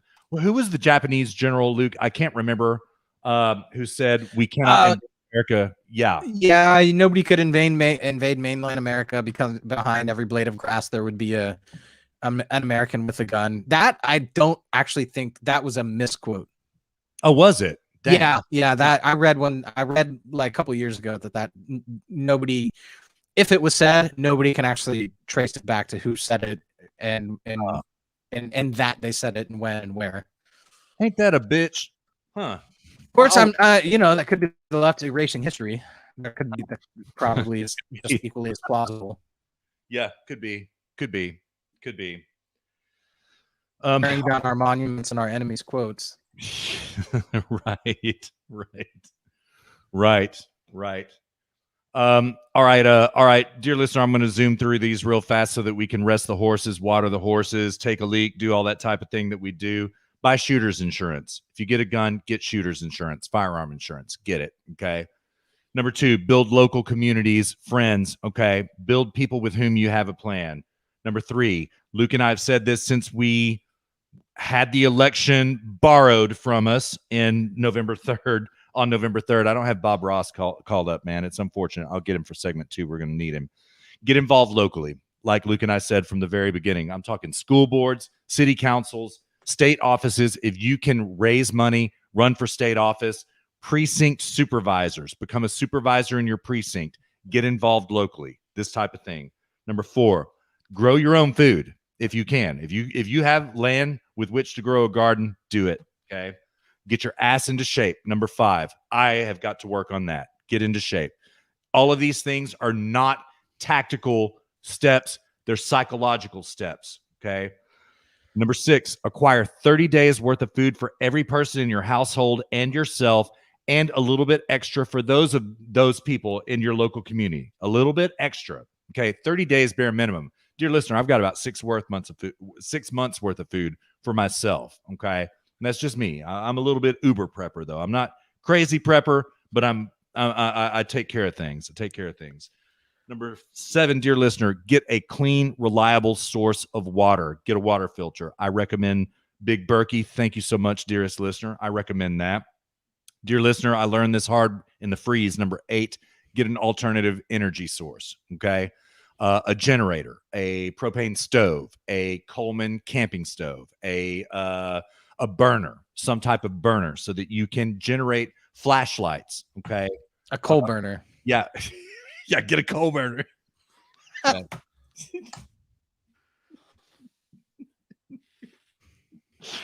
Yeah. And number 9, dear listener, keep yourself informed and keep your community informed. And that's what we're going to do. And that's how we're going to do this. Now, is this about going out into war against the deep state who has declared you an insurrectionist? No, it's about this, dear listener. It is about establishing a psychology within yourself where you're like, I don't need anything from the government. I really don't. I don't need anything. I don't need unemployment insurance. I don't need health insurance. I've got everything covered. I've got everything covered on my own. You take these 9 steps, go back and listen to it again. Psychologically, you will change. Believe me, I've got to work on 6 of those 9. Okay. It's a charge for all of us, not just you, dear listener. It's a charge for all of us. Okay. Think about this. And this is something I kind of want to talk about maybe in segment 2. You know, Ron DeSantis is sending troops over here to Texas and to Arizona to help defend the southern border. Okay. Well, what happens if all of a sudden states realize, wow, we don't need federal protection? These insurrectionist states, these states that are going to be sued and persecuted by the DOJ, they realize all of a sudden, we don't need this highway money. We don't need federal protection. Well, the states become a little bit more independent. And herein is how Luke and I differ from Steve Bannon, dear listener, a little bit. Okay. It's not about a populist uprising. It is about you taking steps to make yourself free. And that's it. End rant. Thank you, Luke. Thank you for your indulgence. Oh, good, man. I posted in the chat. Have you heard of a company called My Patriot Supply? Very well. Yeah, my dad has My Patriot Supply. It's good stuff. I've tried it before. It's really good. Yeah. Okay, I posted that in the chat. For those that don't know, what is it, a subscription service or? I don't think it's subscription. I think you just buy from them. I think it's just a purchase service, and you get like 25 meals per purchase. I think you can get up to 50 as well, and it's good food, dear listener. It's good food. Yeah. Yeah. Yeah. So basically, they have like all these like different like MREs. It's basically like, it's basically like just they do all the prepper work for you. Yes. And then send it to you. Yeah. Mm-hmm. Yeah. 1 week food supply ammo can, 2,000 plus calories per day, $89. Dude, 1 week for $89? That's a deal. It is a deal, man. I mean, people talk about yeah, dude. That's like cheaper than going to the grocery store. It literally is. At first, I saw it and I blanched, and I was like, man, that's expensive. But number one, you can't put a price on food, especially when you need it. Number 2, Luke is exactly right. It is a lot cheaper than going to the grocery store for 1 week of food. Yeah. 2,000 calories per day. Yeah. Dude, I go through probably 3,000 or 4,000 calories a day. That'd be a good diet plan. My Patriot Diet. My Patriot Diet Supply. My Patriot Weight Loss. Yeah. And I can personally attest. What have I've had their macaroni and cheese, and I had something else of theirs as well. It's really good, man. It's really good stuff. It is. Yeah. Could not recommend them more highly, dear listener. Could not. Yeah. This episode brought to you by My Patriot Supply, dear listeners. So free dude. I'm gonna bet it legitimately makes me want to buy it just to try it out. I wonder if they ship to Germany. I would bet they do, man. I would bet they do. Yeah. Mm-hmm. Let me see. Ship to Germany. Do they ship to Germany? Come on. I think they will ship internationally in 2021. Yeah. All right. I'm gonna be a patriot. I'm gonna be a supplied patriot. Exactly so. Yeah. You will not be disappointed, man. And listen, we're not being paid for this, dear listener. Luke and I do not have paid sponsors on this show, but I cannot recommend it highly enough. It's good food and it's cheap in the balance. It's cheap. So yeah. All right, sweet. I think I'm gonna probably buy some. All right, good on you. Good morning. Welcome back in. Sorry about that. Got a little bit ahead of myself. So yeah, you won't regret it, man. I promise you, you won't regret it. So yeah. All right, dude. Let's go to break. We're an hour and a half already. Yeah, we're an hour and a half. Yeah, short segment 2 coming up in our future, dear listener. Thank you so much for riding along. We're halfway down this 131-mile odd Prime episode trek. Thank you so much for riding along with us. Luke and I are going to refresh bevs, take a leak, do the types of things we normally do on break. We hope that you do the same. And most of all, we're going to rest the horses. Luke and I are going to be back at you before you know it. In the meantime, enjoy our president, who was stolen from, being interviewed by Rick Grinnell on Newsmax yesterday morning. Here it is, dear listener. Enjoy. Back at you before you know it. Rick Grinnell joining us right now is the 45th President of the United States, President Donald Trump. Mr. President, good morning. Such a pleasure having you on. Good morning. Mr. President, it's Rick. Hi, Rick. What a job Rick did. I have to tell your audience, this guy was a star. So I love talking to Rick. He called, he said, would you do the show? I said, absolutely, Rick. He did a great job. Well, thank you, Mr. President. Greetings from Matt. I hope Melania is doing well. We want to get right into so many questions. I know you're going back to the MAGA rallies, which is very exciting for so many people. I know we're going to start in Ohio, then you're going to go to Florida. Can you tell us why you're doing these, and are they going to continue through the summer and through the next couple of years? Well, people wanted them. They want hope. This country, again, it's so troubled with the inflation, with the gasoline prices, with the fact that in a very short period of minutes, we will no longer be energy independent, something we were for the first time ever under our great administration, and so many other reasons. You look at inflation, what it's doing to people, and what it's going to do. Everyone knows it's inevitable. It's sitting there with a hatchet in its hands, and it's a very dangerous thing, a very bad thing for our country. We never had it so good as we had it, Rick. You know that. We had, and then COVID came in, and then we built it back up again and did an incredible job and came up with the vaccines, which was done in less than 9 months. It was supposed to take anywhere from 3 to 5 years, and it wouldn't happen. It wouldn't have happened. So we did this job, and people just the election was a disgrace. As far as I was concerned, probably the most dishonest election we've ever had in this country. I don't think probably is even the appropriate word. And the people really want to have hope. They got cheated on the election. It was rigged. They did so many different things to make sure that, one, we got a record number of votes. We got 75 million votes, 12 million more than last time. That never happened before for a sitting president, either of those two numbers. 12 million more. They said we needed 1 million more. I got 12 million more. We got 63, then 75. And that was, really disheartening to a lot of people. And there's so many people asking for the rallies. The rallies are something that we can do that nobody else can do, because if somebody else calls for a rally, they have 12 people show up, and that's including Biden. And sort of interesting, you have 45,000, 50,000 people show up to these things, and then you lose the state. Oh, really? I don't think so. So, Right. It's just one of those things. He couldn't fill up the circles. And then all of a sudden they miraculously won. No, but a lot of things are happening about that subject, and we'll see how that all works out. But Rick was a star. Rob, I'll tell you, he was great. We loved having him. He's a character. He's a real piece of work, and that's okay. And it's great to be with you, Rick. Yeah, well, and thank Rob. you, Mr. President. You are still the most popular Republican in the party, and an endorsement from you goes a long way. I know when we look behind the scenes, there are so many people trying to get your endorsement, people pretending to have your endorsement in some cases in Ohio. And what we need to understand is, what are the criteria that you use? I know people on your team are all lobbying you, others are trying to get to you, but what is the criteria that Donald J. Trump uses in order to give that coveted endorsement? Well, sometimes it's just a touch or a feel. It's a feeling that you have for somebody that you know for a long time, like you and Robert, who you had on before, was terrific, a terrific guy too.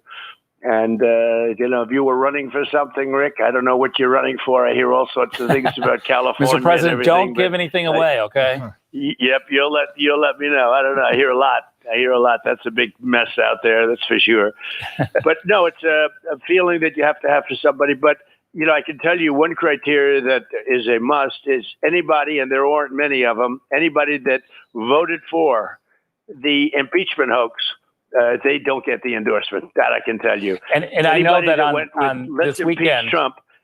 and fake Republicans. Anybody that voted for the impeachment hoax doesn't get it, but there weren't too many of them. And I think most of them are being, if not all, they're being primaried right now. So that's good. I'll be helping their opponent.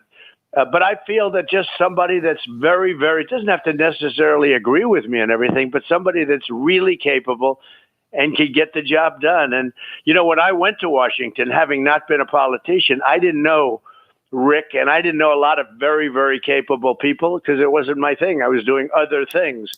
And now I know everybody. I know the people. And I know the good from the bad.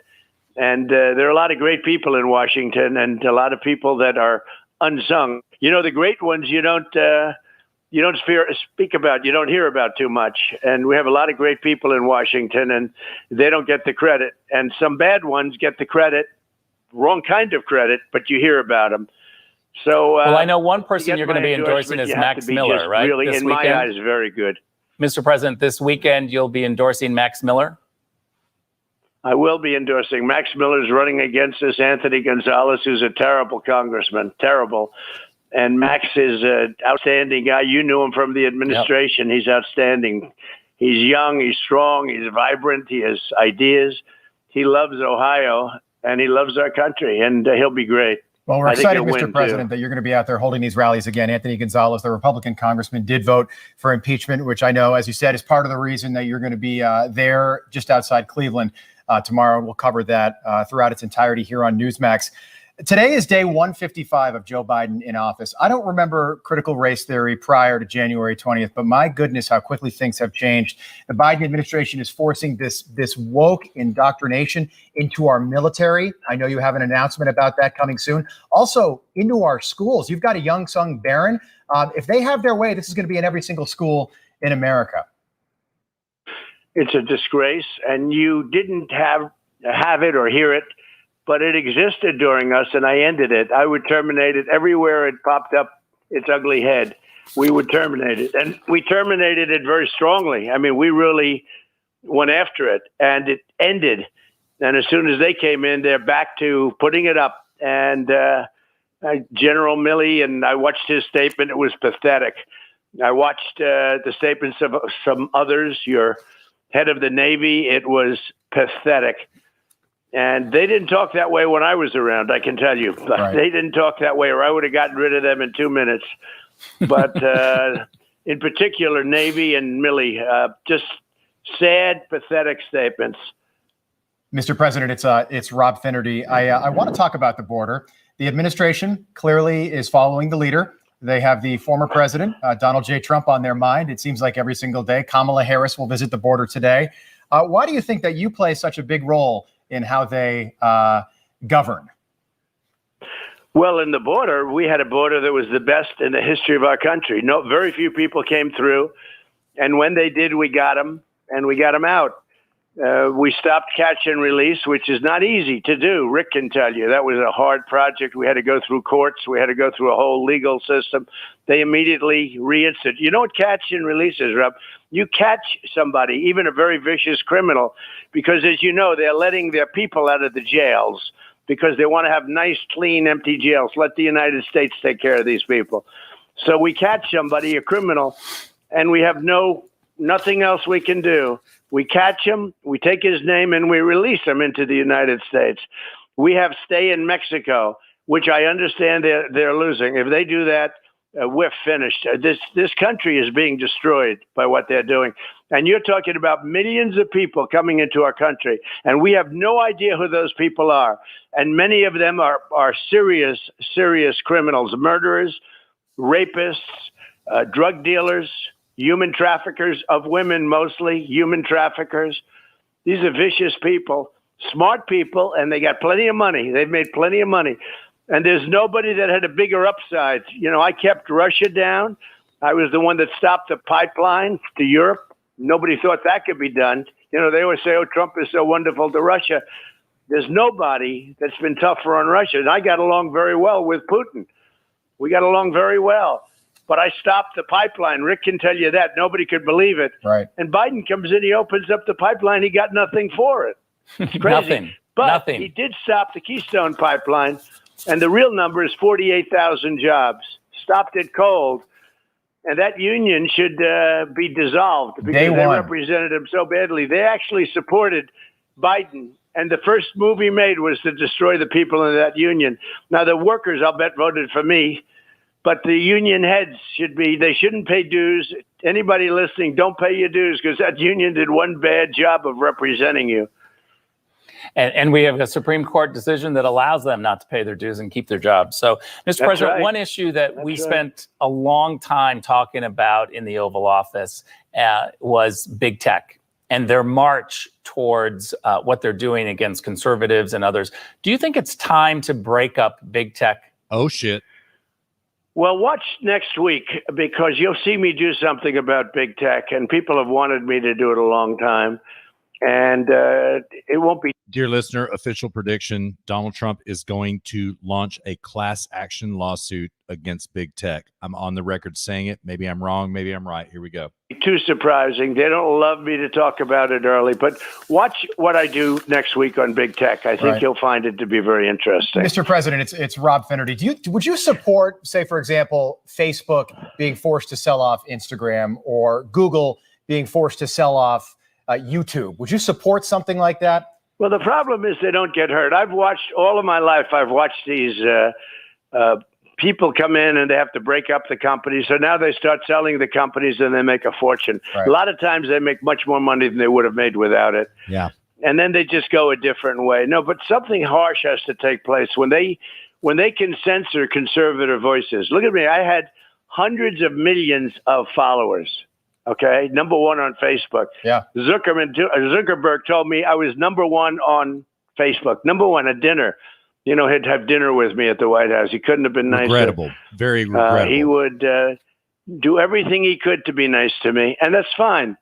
That's fine. I not did loyal, not a though. lot for him, but you know what he did with lock boxes should be illegal. I mean, I probably think it is. He put lock boxes, spent $500 million on lock boxes, and then they'd come in.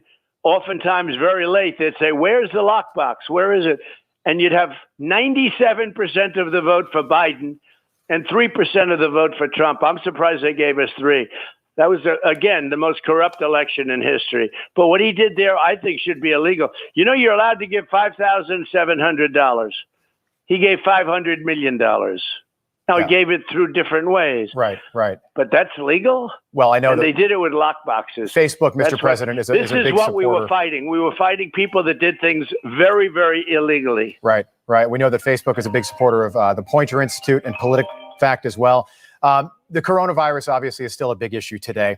Do you think that the media, and you know the media I'm talking about, and big tech, do you think that they colluded deliberately to hide information from the American people to have an impact on the election? I wonder. Oh, absolutely. Look, Pfizer is a very, very, I don't want to use the word owns, but, you know, essentially they are very close to the FDA. They couldn't stand me because I forced drug prices down. I did favored nations. And if Biden keeps it, we'll have the lowest drug prices anywhere in the world. Nobody could believe I did favored nations. Favored nations means, for the audience, that take the nation that has the lowest drug price of a certain drug sold by a company. We had to match, meaning we match them. So who's ever in the world paying the lowest price, that's the price we get. Nobody could believe I did that. They dislike Trump. So that was number one. And the FDA, no, they never got pushed like they did with me. They used to sit around for 12 years coming up with a vaccine. And vaccines take on average 3 to 5 years. And they came in and they told me what their schedule was. I said, you got to be kidding. We have millions of people dying. And I pushed them, as you know, Rick, because you were there with some of the screaming. But we got that done in less than 9 months, which is a record. And we did something else. We bought $12 billion worth of vaccine before we really knew it worked. But I thought it was going to. But, you know, based on knowledge. And if we didn't do that, you wouldn't have been getting shots until October, November of this year. So in other words, nobody would have had their shot. It was risky. And that included the bottles and the needles and all of the things that went with the vaccine. We would have never been equipped to put that into people's arms. And we were able to do that. And, you know, I think it was one of the greatest bets made ever in history because we were heading toward a 1917 Spanish flu, Right. where perhaps 100 million people died. That's what would have happened. And it's been, look, it's been a miracle. I don't think that children should get it, and I think people should have freedom on getting it. They can't be forced because they do have rights. Yep. But look, I'm the vaccine person. I hate to say to some people and to other people, I'm so proud to say, but there's a group of people that don't like the concept of vaccine, and you should have that freedom. I think people should get it, but I don't think young people. With young people, their immune system is very strong. This must be very nice, but it's very strong, the immune system of the young. And you can look at, there's one area, 35,000 people died in a certain state, and they had nobody below the age of, I think, 16 died. Nobody. They had one person, I think, had a serious condition, a precondition, and it came pretty close, and I think died. Mr. President, you've been right. Essentially, nobody dies. It's it's 99.999, and so I just feel the young people shouldn't get it. They don't need it. Yeah. All right, welcome back to HSP episode number 131, dear listener. Before we go on, you can find everything. You can find us on Locals at zerogravitymedia.locals.com. You can find us on Facebook and Twitter at ZeroGravityMed. You can find us zero-gravity-media.com. What am I forgetting, Russ? Find all of our audio at SoundCloud, Stitcher, Podbean. No. No, not Podbean, and TuneIn. Yes. SoundCloud, Stitcher, and TuneIn, all under Zero Gravity Media. Correct, sir. You knocked it out. Yeah. So, yeah. All right, dude. Man, I've been listening to some of Trump's stuff. He's been a little bit more public after this much needed, much earned, well deserved, a few months vacation away from this presidency. And I don't know, man. Like, he does have like an ego to satisfy. That's for sure. Yeah. It's like he can't just come out and say like, yeah, this was all bullshit. He can't admit that he got fooled and he believed all the nonsense about Corona. He can't admit it. I hadn't thought about it that way. You're entirely correct. That's so he's going on about the vaccine and what he did and this and the vaccine and on and on and on and on, and won't admit that it was all nonsense in the beginning anyways. Yep. He won't just say, I got fooled. I believed them. I shouldn't have. That's my fault. And then just leave it at that. Agreed. Yeah, you're right. Yeah. Yeah. That was always going to be the fatal flaw of President Trump. I knew it when you and I met for drinks after he descended the gilded escalator, which, by the way, dear listener, everybody has stolen that term from the HSP boys right here who thought of it first, the gilded escalator. I always knew it was going to be a problem. And don't forget on that was the 16th. Okay. On the night of the 15th, you and I were there at Ozone, the bar in San Francisco. Okay. And you were like, did you hear about Trump giving a press conference tomorrow? I was like, I did. You were like, what do you think he's going to do? I was like, I think he's going to declare candidacy. And what do you think? And you were like, yeah, I think so too. And we've told it numerous times, dear listener, go back and listen to previous episodes. Okay. So you and I were like, oh my God, this clown world, Donald Trump is about to run for president. Well, he did. And he was a fairly good president. He had a couple of fatal flaws. Okay. When he is either reinstalled or reelected, I don't think he's going to be reinstalled, Luke. I say reinstalled because so many people do, and I'm not willing to get into the weeds about that. I'm not willing to do it. Okay? You're talking about Biden? No, Trump. Yeah. When he's reinstalled after we get to the bottom of the election fraud. Dude, he's not. There's no way. He's not. Agreed. Trump will never be president again. Really? You don't think he'll run? No. Well, I do. Huh. No, I don't think he's going to run again. I think Your argument. Oh shit! Sorry about this. Your argument is Sundance's argument. Sundance at Conservative Treehouse, great writer, right? Probably would hate the HSP boys, but it didn't matter. We love Sundance anyway. Thinks you're right that he's going to play the role of kingmaker. Okay, that's what they think. I think he is going to run. I may be wrong. You know, actually, I probably am, because everything I prognosticate and predict is wrong. So I'm probably wrong, you know? I mean, I don't think he's going to run because I think he's old. 75. Yeah. Mhm. Yeah. So I already could tell he was already sounding a little bit older than he used to, just Yeah. in that clip. Yeah. Yeah, he does. And I think that it's a couple things. I think his ego's too big to run again. I think his ego's too much at risk to run again in case he loses or it gets stolen from him again. I don't know if he's going to play kingmaker, but I think I view him as more of like a consultative role. Yeah. You know, I don't think he's a kingmaker. I don't think he's in the position to be a kingmaker. I don't think he's in any position to do anything right now, really. Except maybe throw some money at problems and provide valuable information and experience. That's it. Well, you know, I agree with you in a way, but he did say in that interview that we just listened to, he's entirely focused on the 2022 election right now. We didn't get to that part of the clip, which is so good, dear listener, where he says that he has heard the theories about he should run for Congress and become Speaker of the House. Now, he doesn't have to be a member of Congress to be Speaker of the House. He doesn't. Okay. But he should become Speaker of the House in 2022 when we take back the House. And dear listener, I'm calling it 40. I think we're going to pick up 40 in the House, a few more in the Senate. But he did declare his entire focus on 2022. See, but this is the thing with Trump is like he already had the chance to declare his entire focus on midterms and he basically ignored it. Now, how do you mean in 2018? 2018. Remember, we did a bunch of shows about that. I do. Yep. About how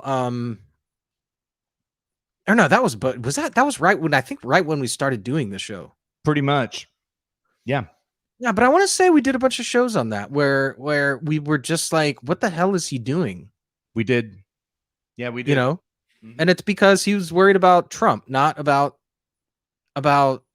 the party, not about capitalism, not about freedom, not about the country. It's always the Trump agenda. I think he cares about the country. I don't think he doesn't care about the country for a minute. Oh, I'm certain he does. Oh, yeah, very much. Yeah. Mm-hmm. But it just, I don't know. It just, I never get the vibe that he's really a true leader of the party. So I never buy into this kingmaker narrative because I don't think he's a leader of the party. And I don't think he really ever has been. The only way in which he's ever been a leader of the party is when people found it prudent to jump on and ride his coattails. Agreed.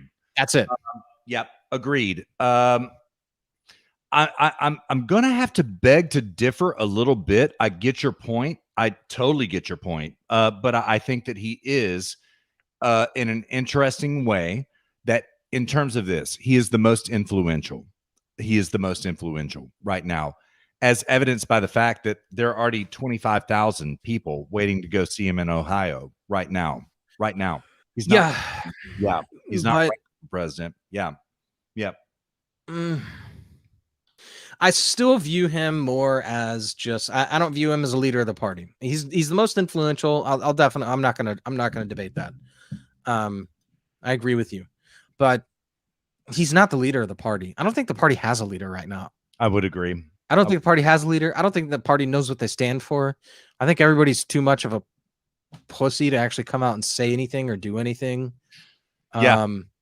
You know, it's like maybe Ron DeSantis, but I don't know, man. The Republican Party is just, It's a mess.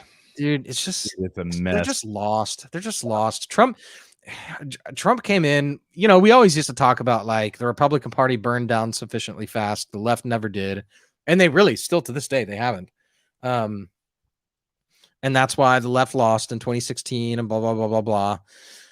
And like, I still stand by all that, but Trump came in, burned the party down, and then they never rebuilt it into anything. Yeah. And that's the problem. Trump had 4 years to build the party into something, and he built it into a movement, but it was a movement without a whole lot of a message. It was just a movement. Like, it was just, we're all about America. That was the movement. Yeah. That was so it. Many mistakes. So Yeah. many mistakes. Yeah. Mhm. It's like, yay, America. Yeah. That Mhm. was the movement. Yep. You know, it wasn't. It's not was, it still is, right? It's, Yeah. I agree with that. Yeah. yeah. But yeah, you're right. Yeah. Tactically, nothing was done. So many mistakes. The spending, not firing everybody in the cabinet, right? Everybody. You're all fired. Okay. Believing Fauci for a moment. Right. Exactly. I mean, he should have gone in there and just nuked everything. Yep. Yeah. That's what he should have done. Yep. But I mean, you know, who are we to say that that's what he should have done? We didn't know any. I mean, we all know this now. We're doing, you know, 2020 hindsight. It's true. Yeah.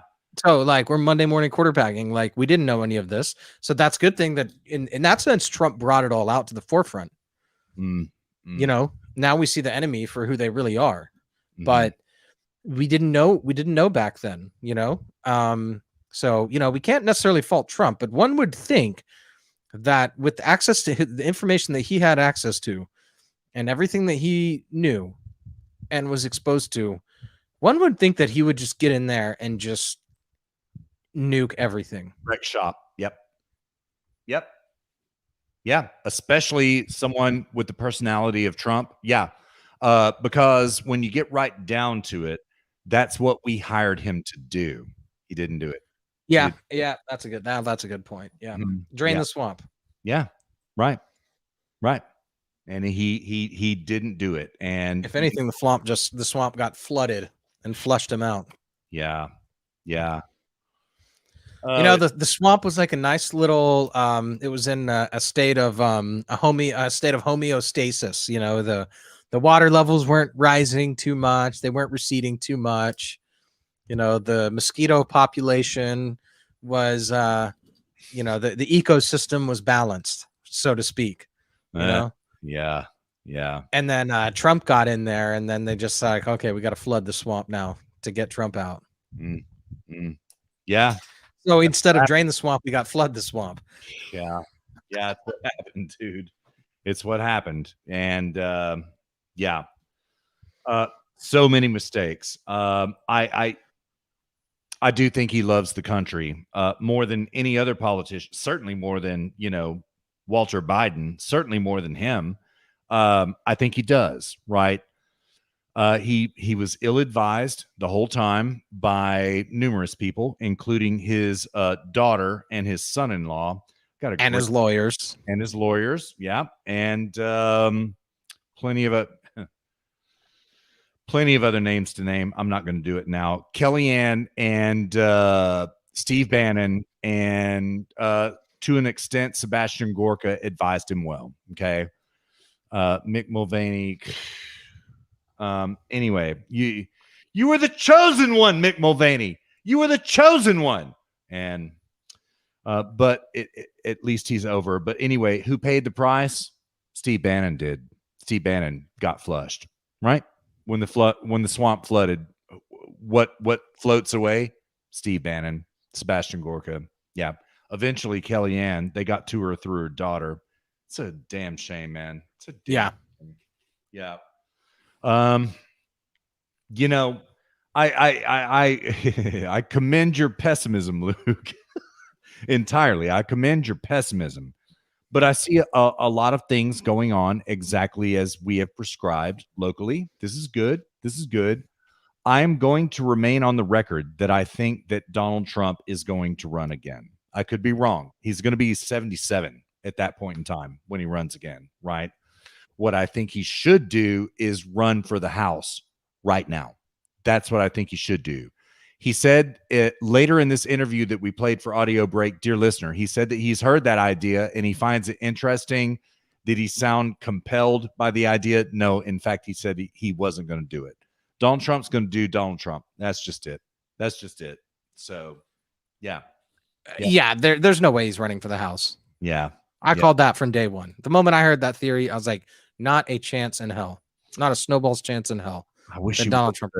You're What's right. that? I wish he would, but you're right. He said he's not gonna. So yeah, it's not even worth considering. There's no way in hell he's running for the House. Yeah, well, it's true. It's true. So it would be such a god tier move. You want to make history, which Donald Trump always wants to do. That's the way to do it. But you're right. There's no chance in hell. Not worthy of consideration. You're right. Yeah. Yeah. So, yeah. Dude, it's one thing that we did call accurately was how all the gaffes and everything. This was going to be a hilarious presidency. True. And the whispering this week. Oh my God, man. Yeah. And by the way, I got them $1.9 trillion. ASMR. President I was about to say ASMR presidency. Presidenting, ASMR presidenting. Yeah. Oh God. Yeah. And it's one of the creepiest things I've ever seen in my entire life. Dude, there's nothing that anybody can say to me at this point that will convince me that he is not in severe cognitive decline. I've heard a theory that somebody is saying that he's acting it out that way because he is so criminally guilty that he is trying to establish when he's 25th Amendmented, sorry for the conjugation, but there it is, when he's driven out by the 25th Amendment or criminally prosecuted, he has plausible deniability. I've heard that theory. I agree with you, man. I think he, I've heard it said by the god tier Rick Roberts, he doesn't have an original thought in his head. No, he has no thoughts in his head.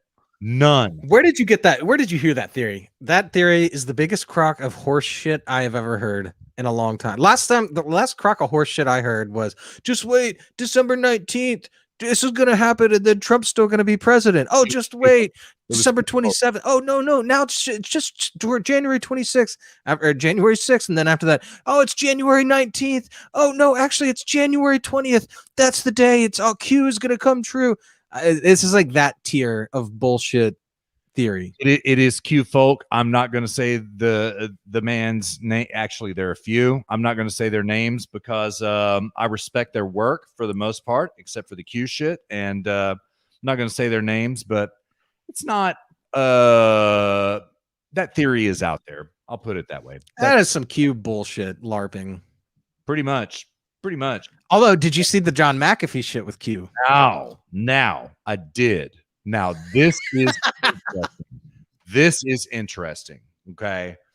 Dear listener, what happened? John McAfee suicided. No chance.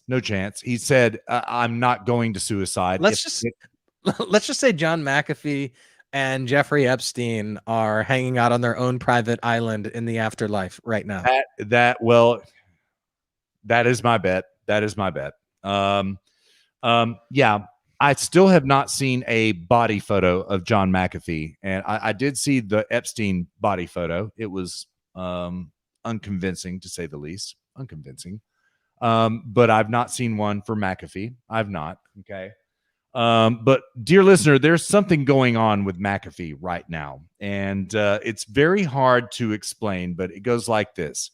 He suicides, right? He gets John Rained, in other words. He gets John Rained. Yeah, he committed suicide by shooting himself in the back of the head. Yeah. Yeah. Type of thing, right? Within hours of him being suicided, somebody posted Q on his private Instagram. From his private Instagram, hours after he's found dead.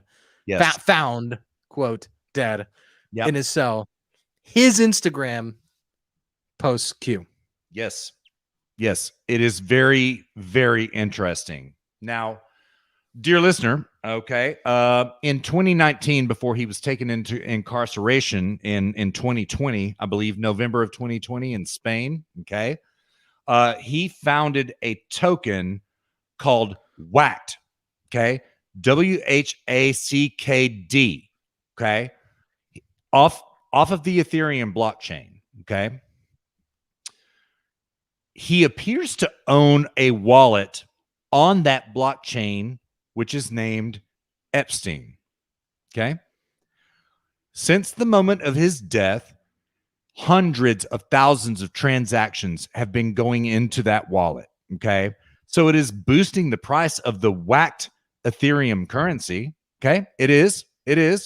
But also, you have to remember this about Ethereum. Ethereum is not just about cryptocurrency, it is a storage of data. Okay. There is no way to know what is going on in this Epstein blockchain. There is no way. Poll is going nuts about it. Excuse me, dear listener. 4chan poll is going nuts about it. Lots of people are going nuts about it. Okay. We don't know. Okay.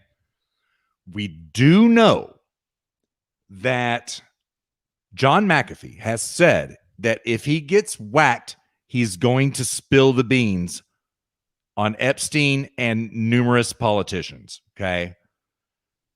There seems to be on this blockchain indications of a lot of data changing hands right now. Okay.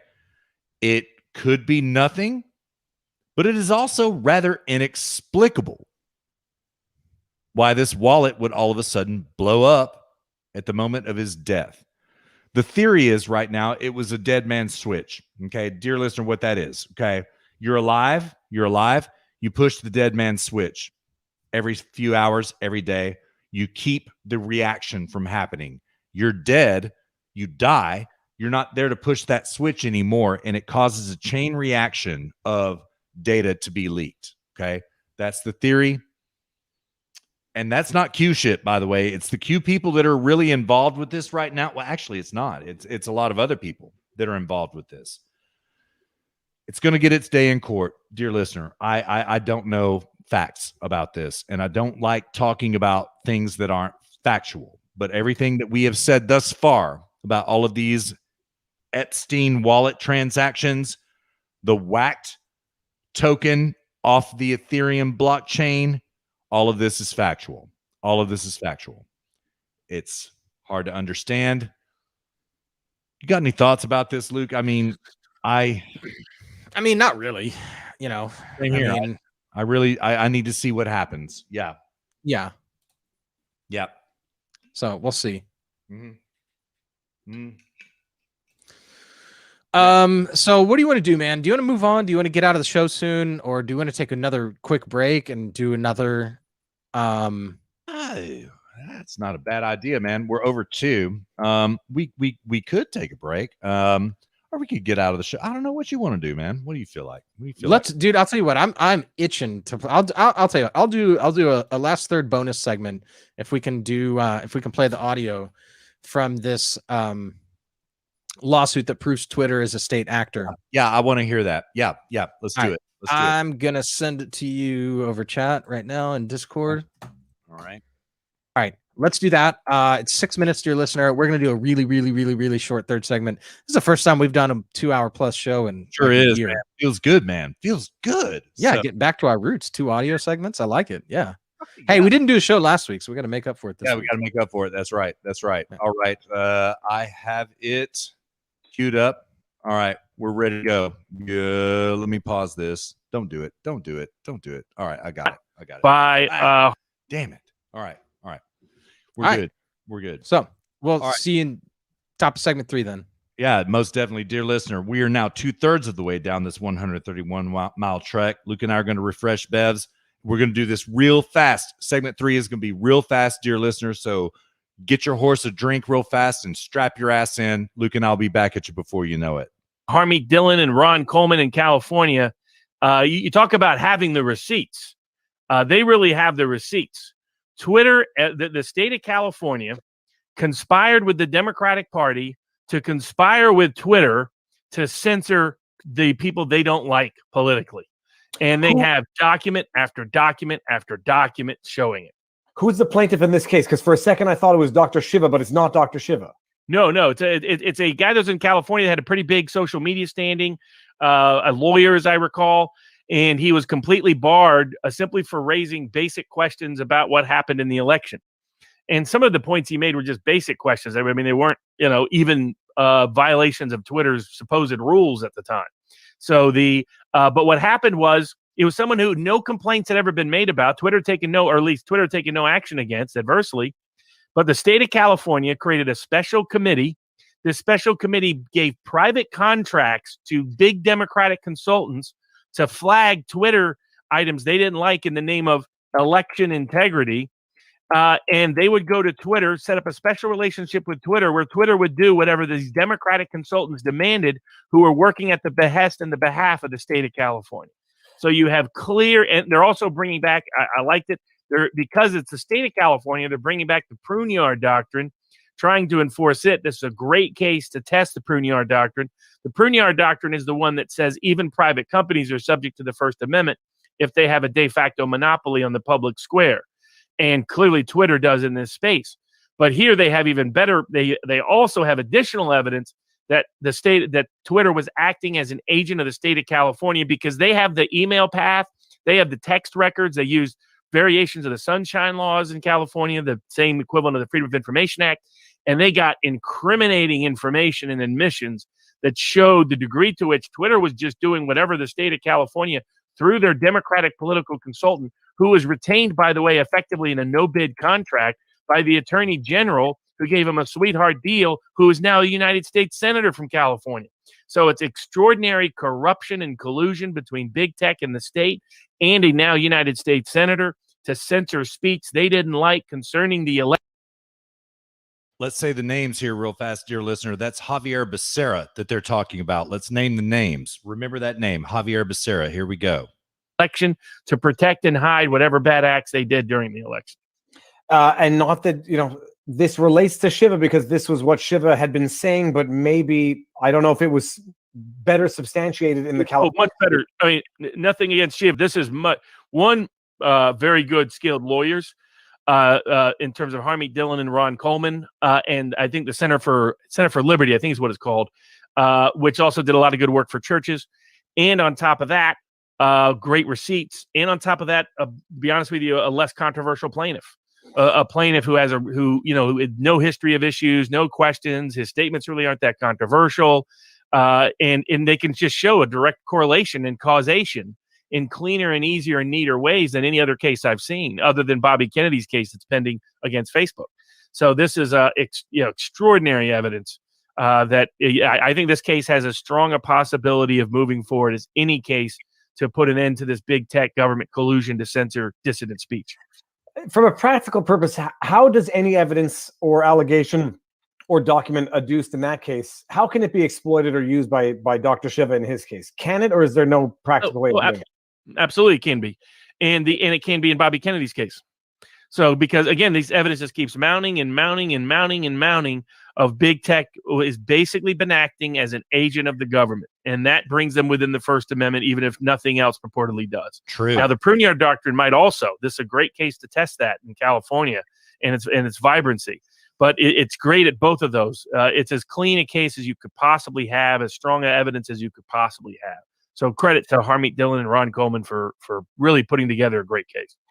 And can we just allow everyone out there in the interwebs and Ethernet to appreciate that all the time everyone's saying there's no collusion between big tech and the government. They're private companies.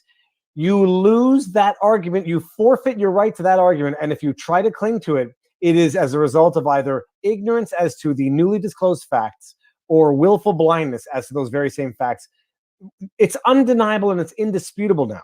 And so the only question is, will there be a legal loophole that would allow the defendants to weasel out on standing, on, whatever, immunity, whatever? We know as a matter of fact that there is active coordination. We've seen it now between Zuckerberg and Fauci with the news that could not be spoken.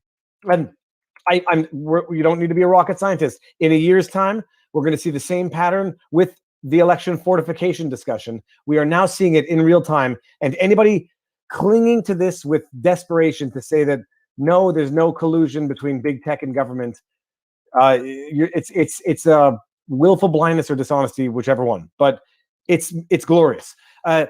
So you anticipate we're going to see the standard motions to dismiss, 230 immunity. I don't know, standing. I don't know if you can get that argument, but 230 immunity motions to dismiss. Oh yeah, it'll be the same arguments they're making against Bobby Kennedy, which is, they'll try to pretend they're not really acting as an agent of the state, that it's not that degree of collusion for First Amendment culpability, that Pruneyard doctrine doesn't apply, that Section 230 immunizes it. You'll see all of those arguments, but they have the best factual and legal arguments to overcome that. And so we'll see. We'll see at the district court level. This is an appeal type case. It's a very good fact pattern for the Supreme Court potentially. So this case will be a precedent-setting case in the same respect that Bobby Kennedy's case is against Facebook. I'm going to have to probably go do a dedicated vlog to this, but there was not enough time in the weekend. I got a fishing video out and a stand-up paddleboard video out, but other than that. All right, welcome back to HSP episode number 131. Dear listener, before we go on, don't forget to follow us on Facebook and Twitter at Zero Gravity Med. You can find all of our audio on iTunes, Stitcher, SoundCloud, and TuneIn, but not the platform which shall not be named, which I named at the end of the first break. You can find us, send us feedback at contact@zero-gravity-media.com, and find everything we do on zerogravitymedia.locals.com. Speaking of which, where the hell's my damn our little things at the bottom there?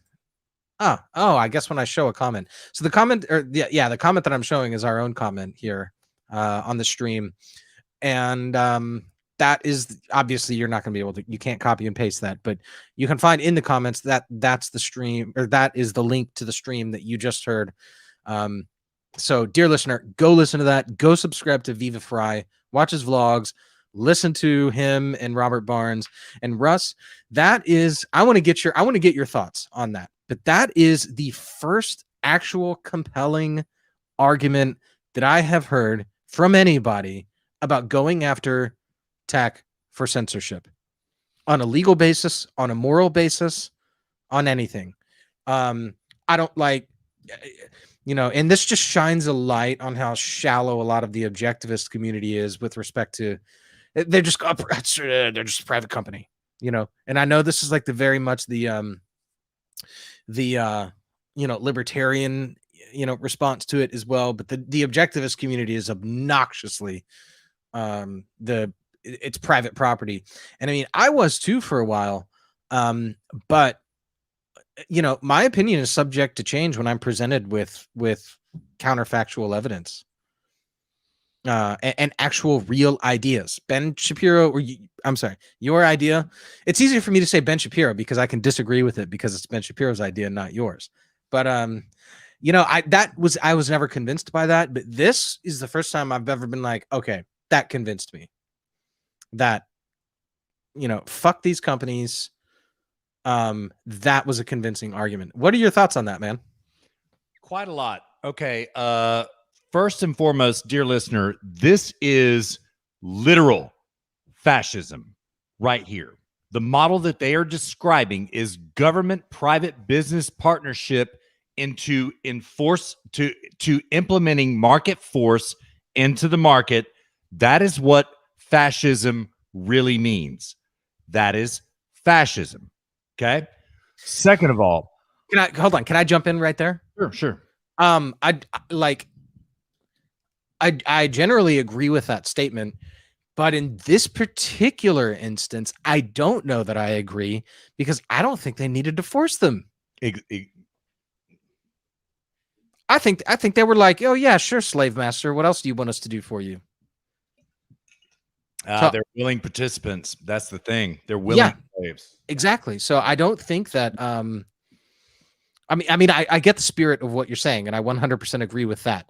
But I think in this particular context, I think they're like, hey, you want us to do that? No problem. We're on board. Yeah. It makes me think of Zuck, one of Zuck's emails to Mr. Grouchy. Hey, you want some money, bro? You want some money to get the messaging out, right? that could be interpreted as bribery of a public official, fairly, but there, I think what we agree upon is that there is evidence of an unholy alliance here between tech and government here. Okay. And I would also say, this has been going on for a long damn time, man. It's been going on since before Spygate, since before Hunter Biden. It's been going on for a it's been going on since before Alex Jones and Milo Yiannopoulos were thrown off of Facebook and Twitter. Okay. It's been going on before that. Okay. So I think that it at this point in time, they are so confident that it's just now brazen in your face, and they think there are going to be no consequences. Dear listener, let me tell you something about Harmeet Dillon. Mine and Luke's. Luke and I are no longer San Franciscans, but she is. So our fellow former San Franciscan, dearest listener, is a fellow San Franciscan with Harmeet Dillon. Harmeet Dillon doesn't fuck around, okay? Pardon my French, but she doesn't, right? When she puts something together, it's bulletproof. And I don't know her record in court, but it's impressive, okay? She is the prosecuting attorney on this. I think that Luke is correct. This is infallible. This case is infallible, okay? Why? We're not talking about Section 230, okay? That's not what they're arguing, okay? You could argue it on those grounds, right? But that always gives the tech companies wiggle room, okay? Also, one thing I want to clarify, Luke, what we now call the Ben Shapiro argument, because that son of a bitch stole it from me, okay? I offered big tech a period of amnesty where they could declare themselves as either a publisher or a platform, okay? You have a grace period of 60 days. You declare what you are. You tell us what you are, and we'll go from there, okay? Instead, that never happened, and instead what they do is they slip back and forth both ways, every way. When you're starting to talk about First Amendment constitutional stuff and literal fascism, okay? Literally a private company taking orders, like order takers from the government, you have a bulletproof case. And dear listener, I've seen this evidence before I saw this clip. It's infallible. It's infallible. The federal government literally told Twitter to take down, number one, Donald Trump. Number two, uncomfortable tweets about 1/6. Number three, uncomfortable things about Spygate. This was going on a long time before what we now see, right? And now there is a lawsuit in place. It's bulletproof. Now, will the Supreme Court cuck on it? I've got some interesting show prep about this, but dear listener, we're going to leave it on the table for now. There have been a lot of interesting 9-0 decisions in the Supreme Court. The last of which was the NCAA decision that happened this week. I've had it on the books for 3 weeks now. We'll save it for some other time, okay? In other words, the Supreme Court is flexing unity right now. That's not me saying that. That's Jonathan Turley saying that, okay, who is a lawyer. He knows a lot more than I do, okay? Let's assume that this case were to go up to the Supreme Court and it is this bulletproof. I mean, it's not just bulletproof constitutionally. It's not just bulletproof in terms of evidence. It is bulletproof in terms of common sense. You think the Supreme Court would take this case? I'm going to bet they would, okay? I'm also going to bet that they would vote 9-0 in favor of the plaintiffs on this case. Yeah. Luke, I'm so glad you played that. I had not heard it yet. I'm so glad you played it. Yeah. Yeah, dude. Zeden64 leaps in and says, I don't think that intention matters. Nazi Party also had public support. You know, I think I understand your argument, Zeden. I think I get that. Yeah, you know what? I think that's right. Okay. I think that's right. And because of that groundswell of public support, which is the reason that Luke and I are recommending local action. First of all, not just local collective action individual action, individual protection, individual action that you then filter up into what one would call a collective. And Luke and I don't like collectives, including populist theory. But you are right about this, okay? There was a groundswell of Nazi support that came out of nowhere. And Zeben, most respectfully, I'm going to take one exception with your premise, and that is that intention does matter. Okay. But hold on. So what's the dialogue here? What did you assert? And then what is it to which Zeben 64 is responding? By the way, Zeben 64, comment again. Yeah. Please let us know. Yeah. Well, I want to know if he's actually trying to, if that's German, because Zeben is actually spelled with an S, which is 7 for German. But anyways, what's the dialogue here? What did you assert, and what is he responding to? What is Zier responding to? About the context. Frankly, I don't know. Hit us back, Zeben. Hit us back. We want to work with you on this. We want to get to the truth on this. Okay. So you were saying, but Zier is saying that intention matters. Does not think intention matters. Nazi Party also had public support. I don't know. Disagreeing with Luke. This is okay. This is fascism. Okay, I understand. Okay. Steven, thank you very much. All right. No, it's not. Fascism is government controlling the marketplace. Literally. There's some ostensible pretense. There's some pretense of private ownership of property. The difference between fascism and socialism is that under fascism, there's a pretense of ownership of property, but it doesn't matter. The government just controls what you do with it anyways. That's the difference between socialism and fascism. But if the owner of the property is a willing participant, they don't have to force you. There's no force there. They just now if there's subtleties, if there's nuance in it, if there's be a willing participant, or hey, maybe there's an antitrust lawsuit in your future. If it's something like this, then yeah, 100% it's fascism. So yeah, intention. Intention does matter, because that is the dividing line between whether it's force or whether it's voluntary, which is the dividing line between whether it's fascist or whether it's corruption. I'm gonna put words in Zeben 64's mouth here. And this is, by the way, Zeben, I love it when people disagree with me. I get bored when everyone's agreeable. I'm like bored as shit. This is why I hate dinner parties and polite conversation. So thank you. I, on the other hand, really like easygoing, good feeling, nobody disagrees types of scenarios. So I'm a little bit out of my element right here. And it's weird. I was a debater in high school, so it's weird, but I guess I lost that. I think what Zeben maybe means is that intent doesn't matter. What matters is the result. Okay. I think that is where Zier is going with this, that the result matters. Okay. But this is the ends justify the means mentality. Yes. Without consideration of the means, the morality of the means. Yes, that is correct. Okay.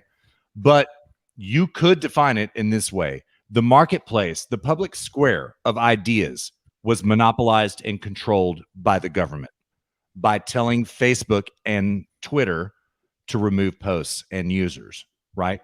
You could make that case.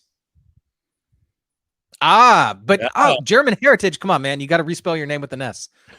It sounds like it's with a Z. It's good to see you, Zeben 64. Thank you so much. This is great. Yeah.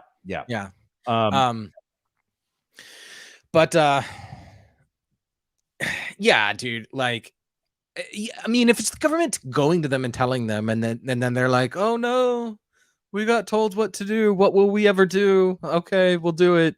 Yeah, that's fascism, right?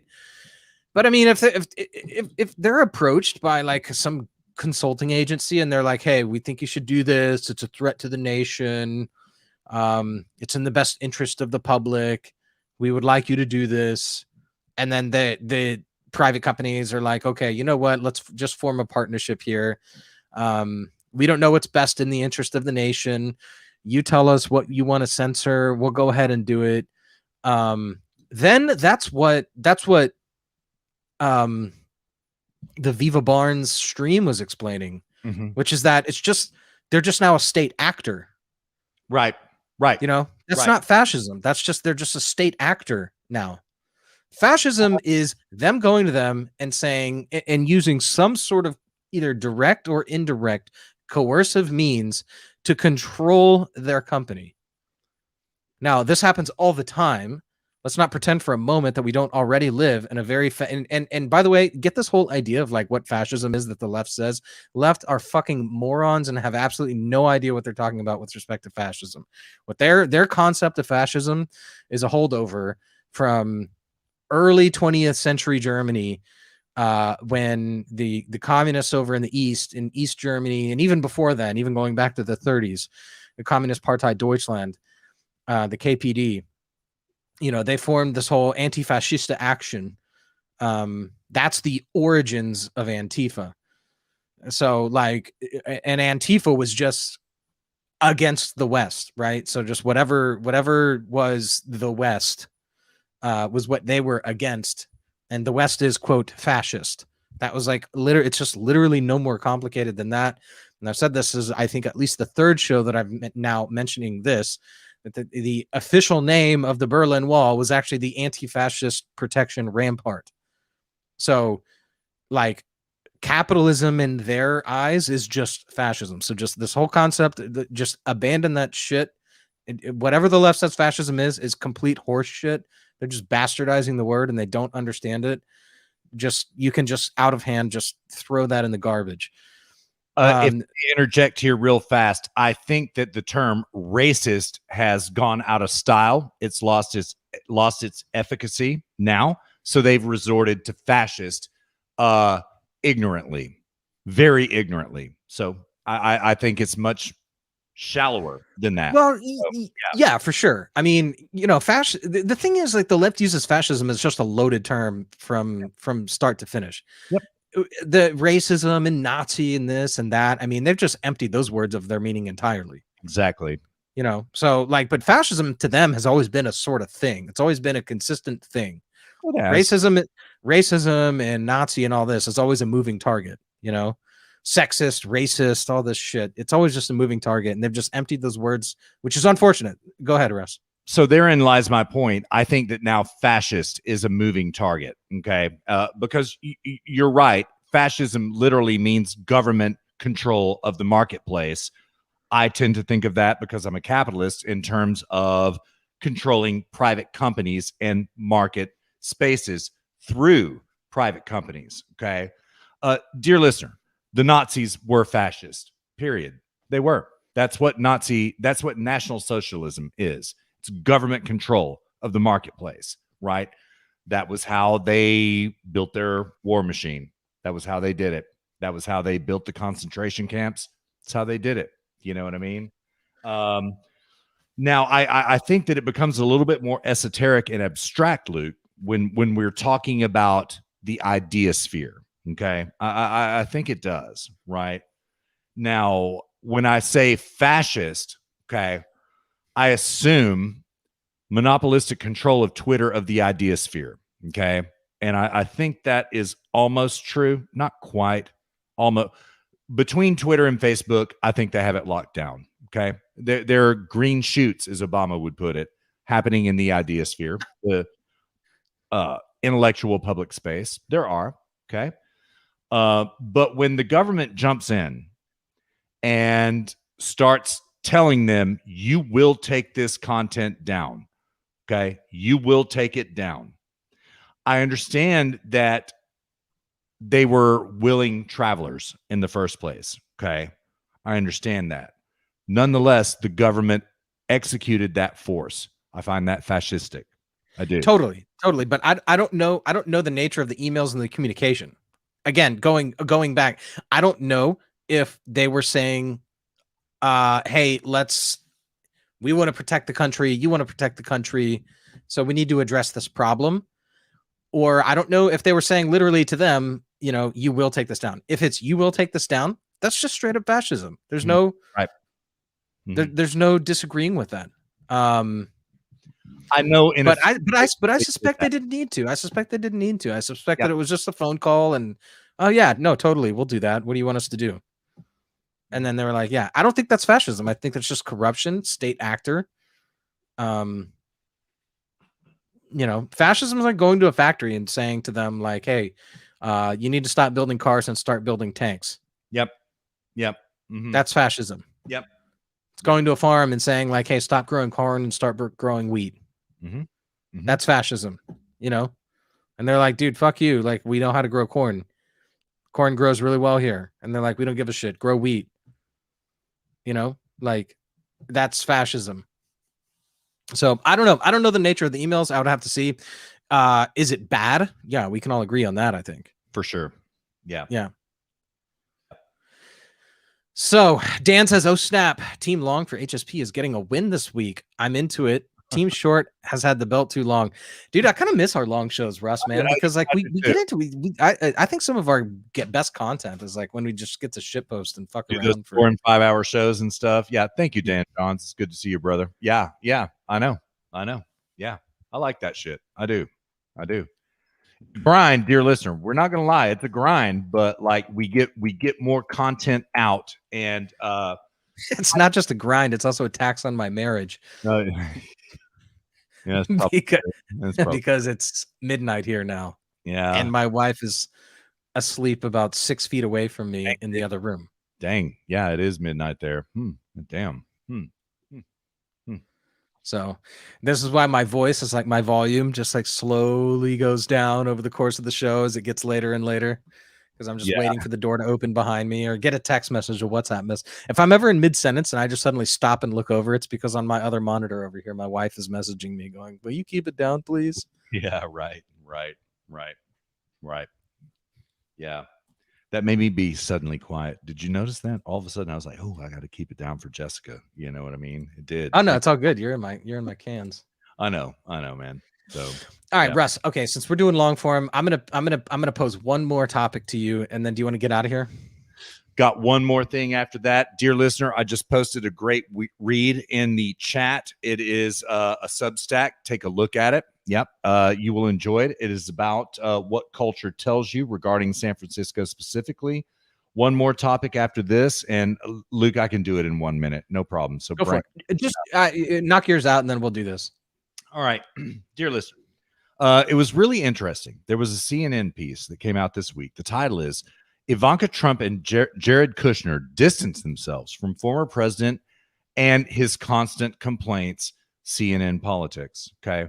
I have it all highlighted, dear listener. Let me give you a couple of examples. Paragraph 2. Simultaneously, the disappearance of Kushner, once the ringleader of Trump's policy operations, was also apparent. A person familiar with Kushner says there were visits from Kushner-Trump family to Mar-a-Lago long before Trump's moved north to New Jersey, but they were sparse, averaging once every 3 to 4 weeks. The physical distance between them was not far. Shut up. All right, paragraph 2. Paragraph 3, that is. Kushner's presence, physically and virtually, has become increasingly rare as it became clear that his father-in-law remained preoccupied with the 2020 election, according to one person familiar with the situation. Paragraph 5. Kushner moves to the side. It wasn't the distance that kept Kushner away. Say those who know his thinking. Say those who know his thinking. Say those who know his thinking. It was the desire to be far away from Trump's constant stream of contempt and the chorus of voices cheering him on.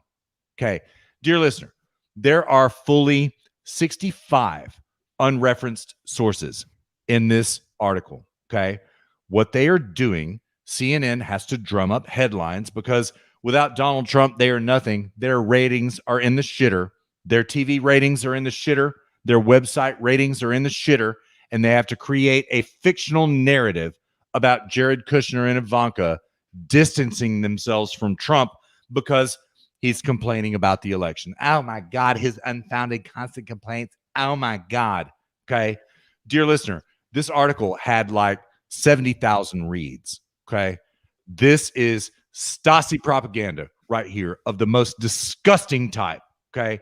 You take this article right here and you throw that in the trash. Dear listener, they're talking about how Trump is isolated. He's a lonely old man bitching about the election. Blah, blah, blah, blah, blah, blah, blah. Yeah, you know what? No. Jason Miller's there. Dan Scavino's there. His new comms director is still there. He's got a rally tonight. He's going to have 30,000 in his company tonight. Okay. Now, I want to also posit this. Okay. Now, if it is true that Jared Kushner and Ivanka have distanced themselves from Donald Trump, good. They did nothing but harm. Dear listener, let's ask a couple rhetorical questions. Okay. They're building a house somewhere off of Miami Beach right now, and they went up north to go visit Nikki Haley and several other of Trump's enemies in his cabinet. They're staying with them on their East Coast drive. Okay. Where'd they get the money? Okay. Does Jared Kushner still own 666 Park Avenue? To the tune of which he was funded $50 million by George Soros. Does he still own that? Did he sell it? Where are Jared and Ivanka getting the money to build this Miami Beach mansion? Okay. Assuming that they are distancing themselves from Jared's father-in-law, Ivanka's father, because they're tired of his bitching about the election, assuming that is true. Okay. What's the explanation? How did this happen? Okay. Well, sources close to Donald Trump, and they quoted, dear listener, 20 sources, none of which are named. What is this story?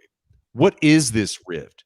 First of all, as I said, I hope this rift is true. I hope Jared and Ivanka have fled from the president's gaze. I hope they have, because they did more harm. They were always subversive to the MAGA movement. Always, right? I hope it's true. I hope finally CNN did some journalisming right now. I hope they finally did, right? Even though we'll never know it because this piece of crap of an article doesn't have a single source in it. And dear listener, this is being spun out everywhere to damage the president. Oh my God, he's so offensive. Even his own son-in-law and daughter can't stand listening to him bitch about the election anymore. Is any of it true? We have no evidence to that effect, dear listener. But you know something? CNN politics. I hope it is true. I hope you're telling the truth for once. I hope it's true. Jared Kissinger, pardon. Jared Kushner. I hope he is estranged from the president. I hope he is tired of hearing the president bitch about the election. I hope it's true. So we're just going to take this piece, dear listener. Ivanka Trump and Jared Kushner distance themselves from the former president and his constant complaints. We're going to throw that in the trash, dear listener. Fake news. All right, you're back, bro. You all right? Yeah, no, I'm good. Yeah. All right. What you got in the home stretch, man? Well, I mean, it was just something I've been listening. So this is like not a whole lot to do with like current politics or anything, but hey, we're politics, culture, and philosophy, so nothing's off the table, I suppose. But I've been listening to a really good lecture series the last couple of months on human prehistory. So about the movement of peoples,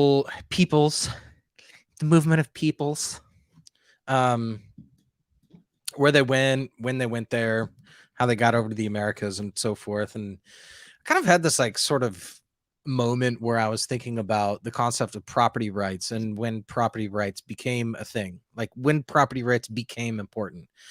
And what caused me to think about this is I came across this article this past week about it was like some sociologist wrote an article about how for most of human history, and this is entirely true, everybody was relatively equal. Yeah. You know, until the last few thousand years. So, you know, it's safe to say humans have been around. The modern human, anatomically modern human is the proper term. Hey, maybe instead of like gender, like Zier, we just call everyone AMHs. It's just anatomically modern human, you know. Yeah. Which I mean, but even anatomically modern humans are evil because we genocided the Neanderthals. So Right, we did. Yeah. And don't put ideas in their brain, Luke, most respectfully. So yeah, actually it's Neanderthal. I didn't realize it's pronounced Neanderthal until I moved to Germany.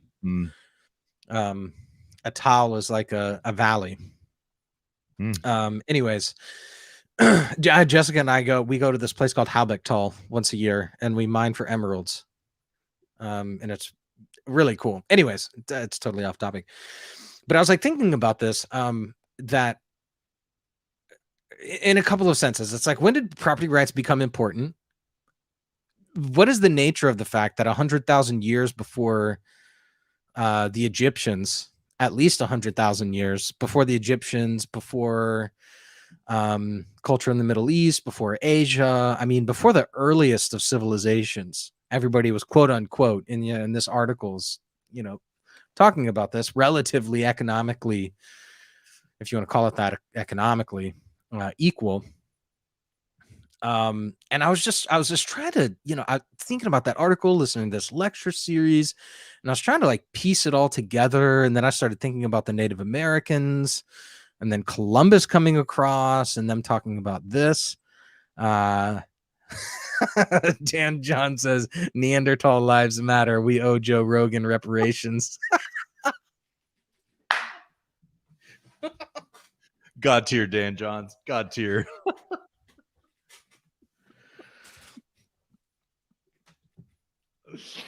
Oh my goodness. Oh my goodness. Yeah. So it dawned on me. So like, okay, so the hunter-gatherer societies, which is like far and away the is most of our species existence is hunter-gatherer. For sure.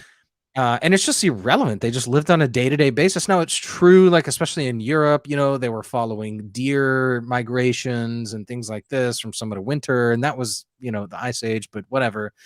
Like it's true that they, you know, knew when floods would happen and they would move around and stuff. So it's not as if there was no day-to-day planning, but by and large, you were living day-to-day. There's no real way to preserve meat, preserve food. So you needed every day to hunt and to gather, to eat that day. And there was just never need for property rights. There was nothing to steal. You just consumed it right there. It wasn't until the agricultural revolution, correct, yes, which was around 10,000 BC, that that you even needed that, because like that took a long time. You know, if you were going to stay in one and not only that, there was so much space back then that if there was some tribe warring with you or something, there's so much space and so much resource and an abundance of resources that you could just fan out and spread out. You know, this is how we ended up actually populating the world. During the Ice Age, you know, they were able to make it over to, you know, through Asia and then over to Alaska and then down through the Americas, you know, 15,000 or so years ago. And so, yeah, there was space, there was a place you could go. But like when you're in an agricultural society, there's nowhere to go. That's your fucking farm. I produce this farm. I produce the food. I can't, you know, I can't just go into the mountains and search for other game or things like this. And this is like when property, so it's like in a very social context that property rights become important. And that's when I don't know, I had this realization this week. I was like, okay, so property rights became important once the agricultural revolution happened. That's entirely correct. And, you know, there's another way to think about it. At the end of nomadicism. Yeah, your phone's ringing. Yeah, sorry about that. At the end of nomadicism. Okay. Maybe they want to be on the stream. Yeah, probably do. So, yeah. Who is it? It's John. John, I'll call you right back, brother. We're almost done. I'll call you right back. So, At the end of nomadic movement to where we became static, suddenly property mattered. Suddenly defense mattered. Things like this mattered, right? Yeah. You're absolutely correct, because there was nowhere else to move, because you just put your life's blood and sweat into this field, which, dear listener, the agricultural revolution wasn't like what we see with modern agriculture. It wasn't, okay? They basically learned how to plant. That's basically it, right? Yeah, no more complicated than that. And it started out with wild plants. It did. Yeah, they were like, they're like wild rice and wild flowers and wild plants. Yep. They didn't have rows of corn, dear listener. It wasn't like that. It wasn't No, like they were doing it around rivers like the Euphrates and the Nile, and they would wait for the floods to come, and then they would dig out channels. The whole community would get together and dig out channels, and then filter water into their fields. That's correct. That's all it was. It was no more complicated than that. Yep, that's correct. Yeah. Mm-hmm. Yeah. Yeah. But then that brought me to like, okay, so let's fast forward all the way to Columbus going to America, the 1619 project. Okay. So let's fast forward all the way to that. The Native Americans were living no different. Okay. So they did not. Okay. Actually, let me take that back. The Native Americans actually, in terms of corn, in terms of maize, could be argued the Native Americans were actually the best farmers on the planet before Europeans came over to America. Some of them, many of them were still hunter-gatherers, but some of them were amazing, crazy good farmers. But when the Europeans came, I mean, you have to understand the context. Like, yeah, the Europeans were living like these like primitive, awful lifestyles in this, this is a dark age. This is medieval Europe, when we first went over to the Americas. But think about how they were living. They were still living with animal hides and riding, Europeans were riding horses too, of course, but you get my point. I mean, in Europe, they were building castles, the Industrial Revolution wasn't far off. We're talking a century or so.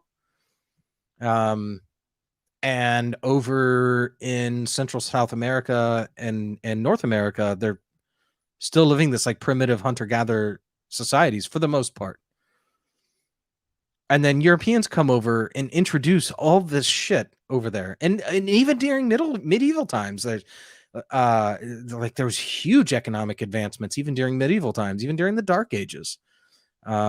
Huge economic advancements in terms of mercantilism and having to feed large populations, growing, burgeoning populations. Huge advancements in trade, mercantilism, economic efficiency.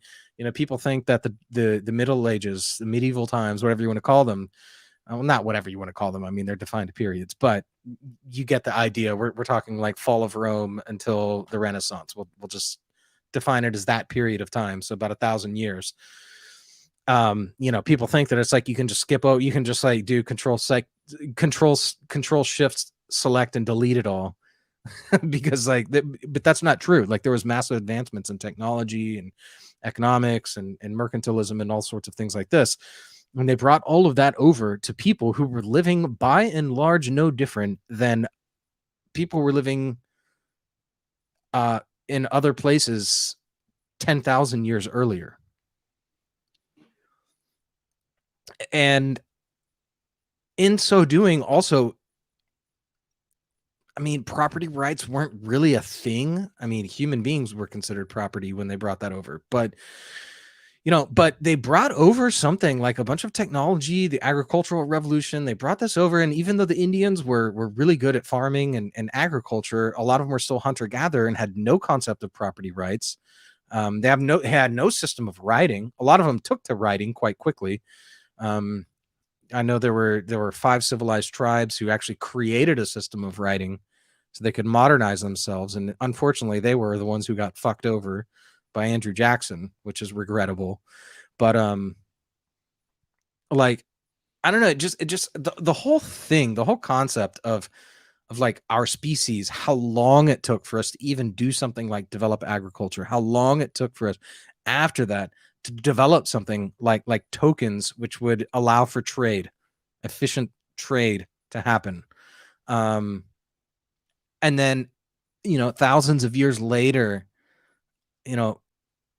humans making their way over to the Americas, and then somehow it's morally reprehensible that other humans made their way to Americas in a different way, and there's already people there, but they don't believe in property rights. They have no concept of property rights, and this goes back to the 1619 project, this whole critical race theory bullshit, all of this. And it's like they have no understanding of history, no understanding of the way that our species populated this planet, no understanding of property rights, where they came from, why we needed them, the whole purpose of them, which is living in a highly social context. You can't just leave anymore. We got to figure out an arrangement here if we're going to live in this house together, so to speak. We have to figure out an arrangement. This is my room, that's your room.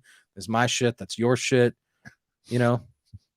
Like, I don't know, man. I've been pondering this all week, racking my brain with it. I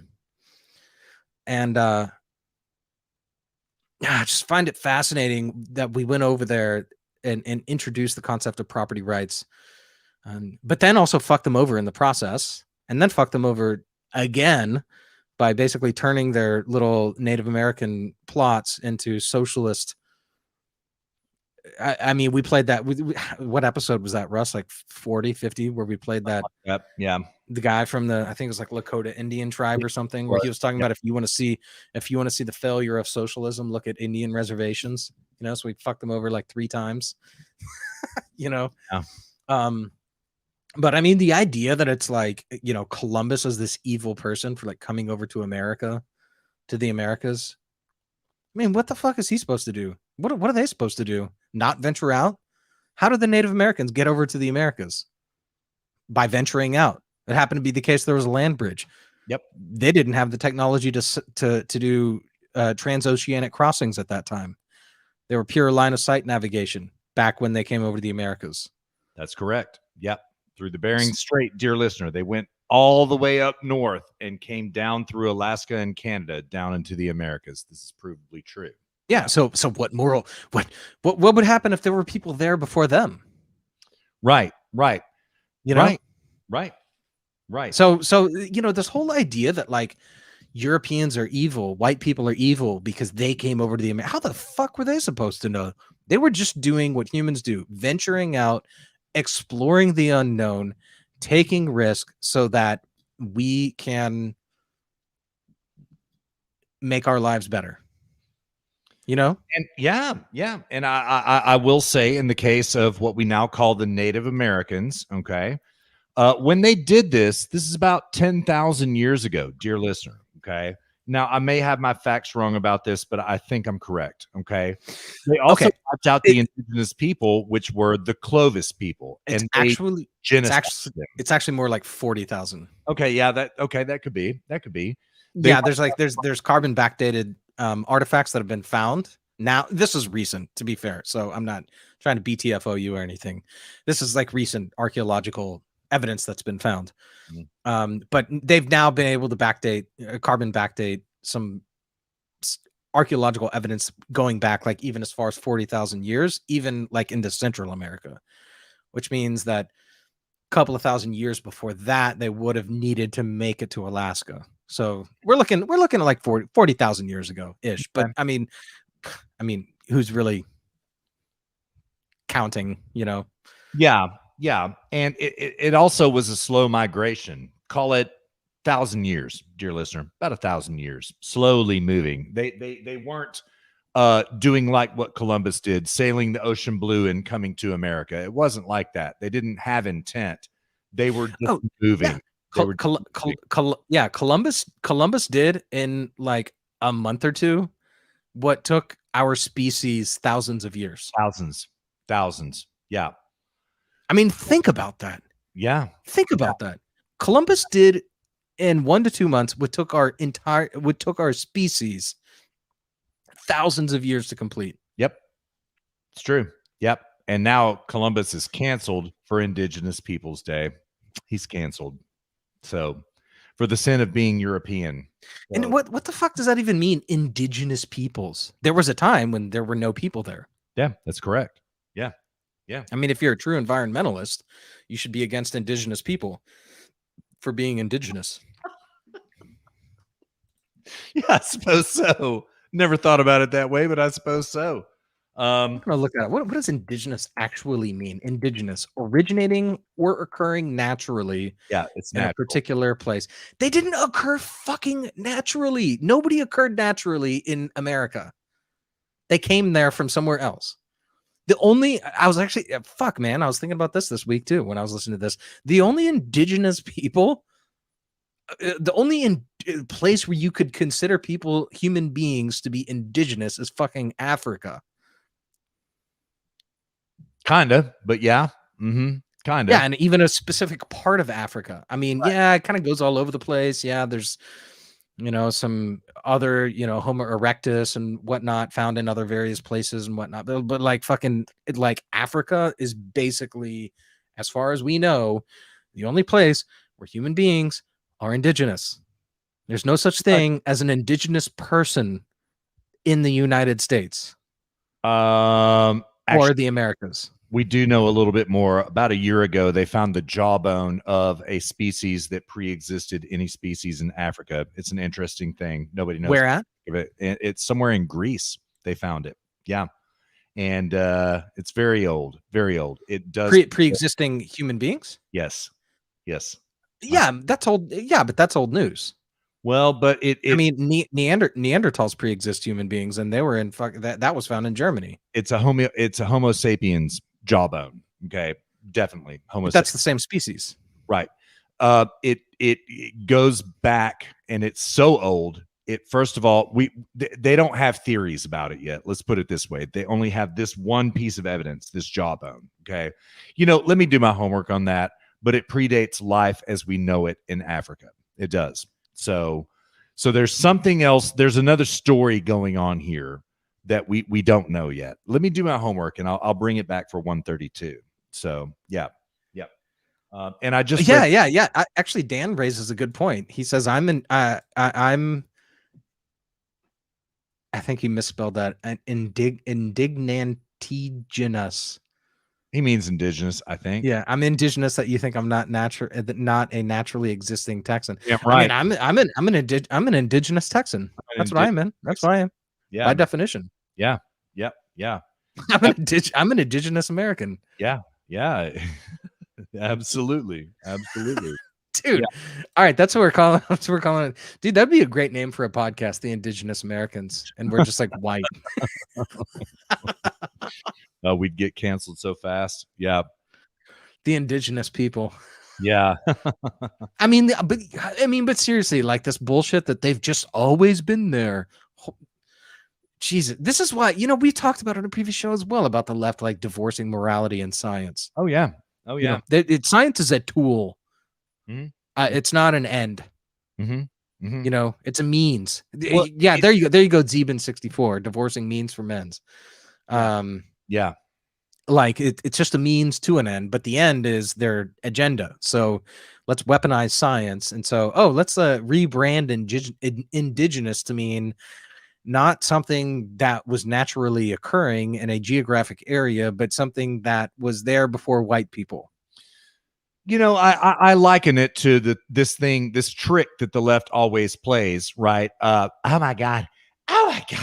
From 2016 to 2019, there have been more white supremacist attacks than anything else. Okay. Yeah. 2016 to 2019. Okay. Doesn't include up to 2021 at all.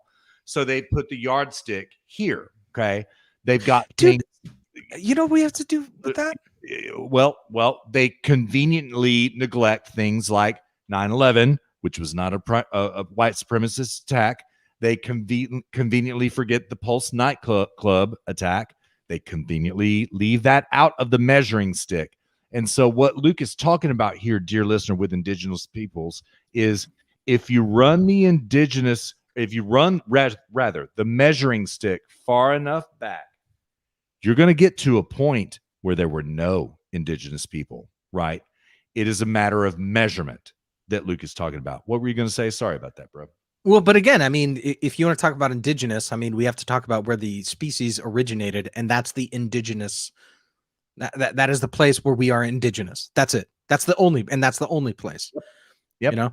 No, but I mean, what I was going to say, you know, if they want to go on about like the white supremacist attacks, be like, well, you know, according to you, these white supremacist attacks are indigenous because it's ingrained in us.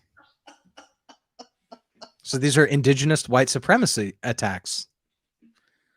So you can't, it's just, look, according to critical race theory, all right, this is just how we are. It's naturally occurring. Yeah. It's always been there. It's right. naturally occurring. Yeah. According to critical race theory. Yeah. So white supremacy and all of the attacks resulting from it are just indigenous. Yeah. Heard it here first, dear listener. Heard it in these hallowed halls first. So tell everybody, tell your friends, tell everyone. All right, man, let's call it. All right. Dear listener, I there was one thing I neglected about Jared Kushner a moment ago. I want to recall to your attention that he was broke when he came into the Oval Office, very broke, in debt, big time. Okay. Now, also, what this article that I was talking about a moment ago seemed to be doing was promoting his new book. Remember what I said about book deals back in episode number 129. Go back and listen to it. We're not going to relitigate it. All right, Luke. And one last point to your argument. Okay.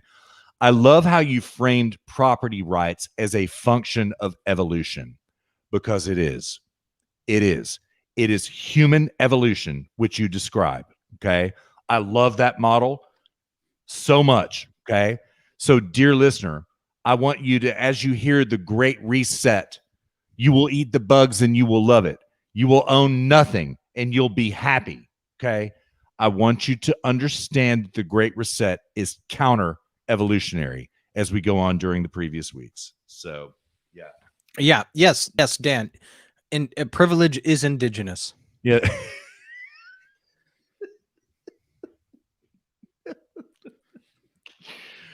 Dan Johns shows up to burn it down. Thank you so much, Dan Johns. It's good to see you, brother. It really is. So, yep. All right, dude. Let's call it.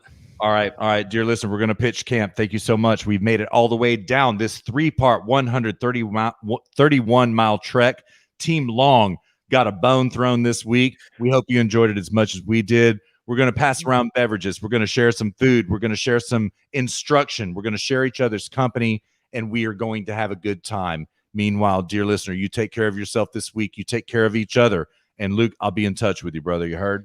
Yeah, sounds good. And before we go, I have to say, I really enjoyed the Long show. Yeah, I did too. Oh, we gotta get back, maybe. Yeah, maybe we start changing things up a little bit and start doing longer shows, because I felt rushed.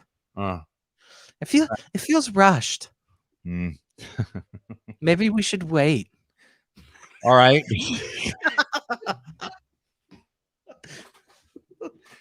Baby, let's wait a while. Oh no. Oh, all right, man. Let's wait a while. All right, let's pitch tents. What do you say? Let's rest the horses, brother. What do you say? Yeah, let's do it, dude. All right, dear listener, thank you so much. It's good to see you this week. We'll be back at you before you know it. All right, Luke, you take care, brother. All right, man. You too. Peace. All right, late.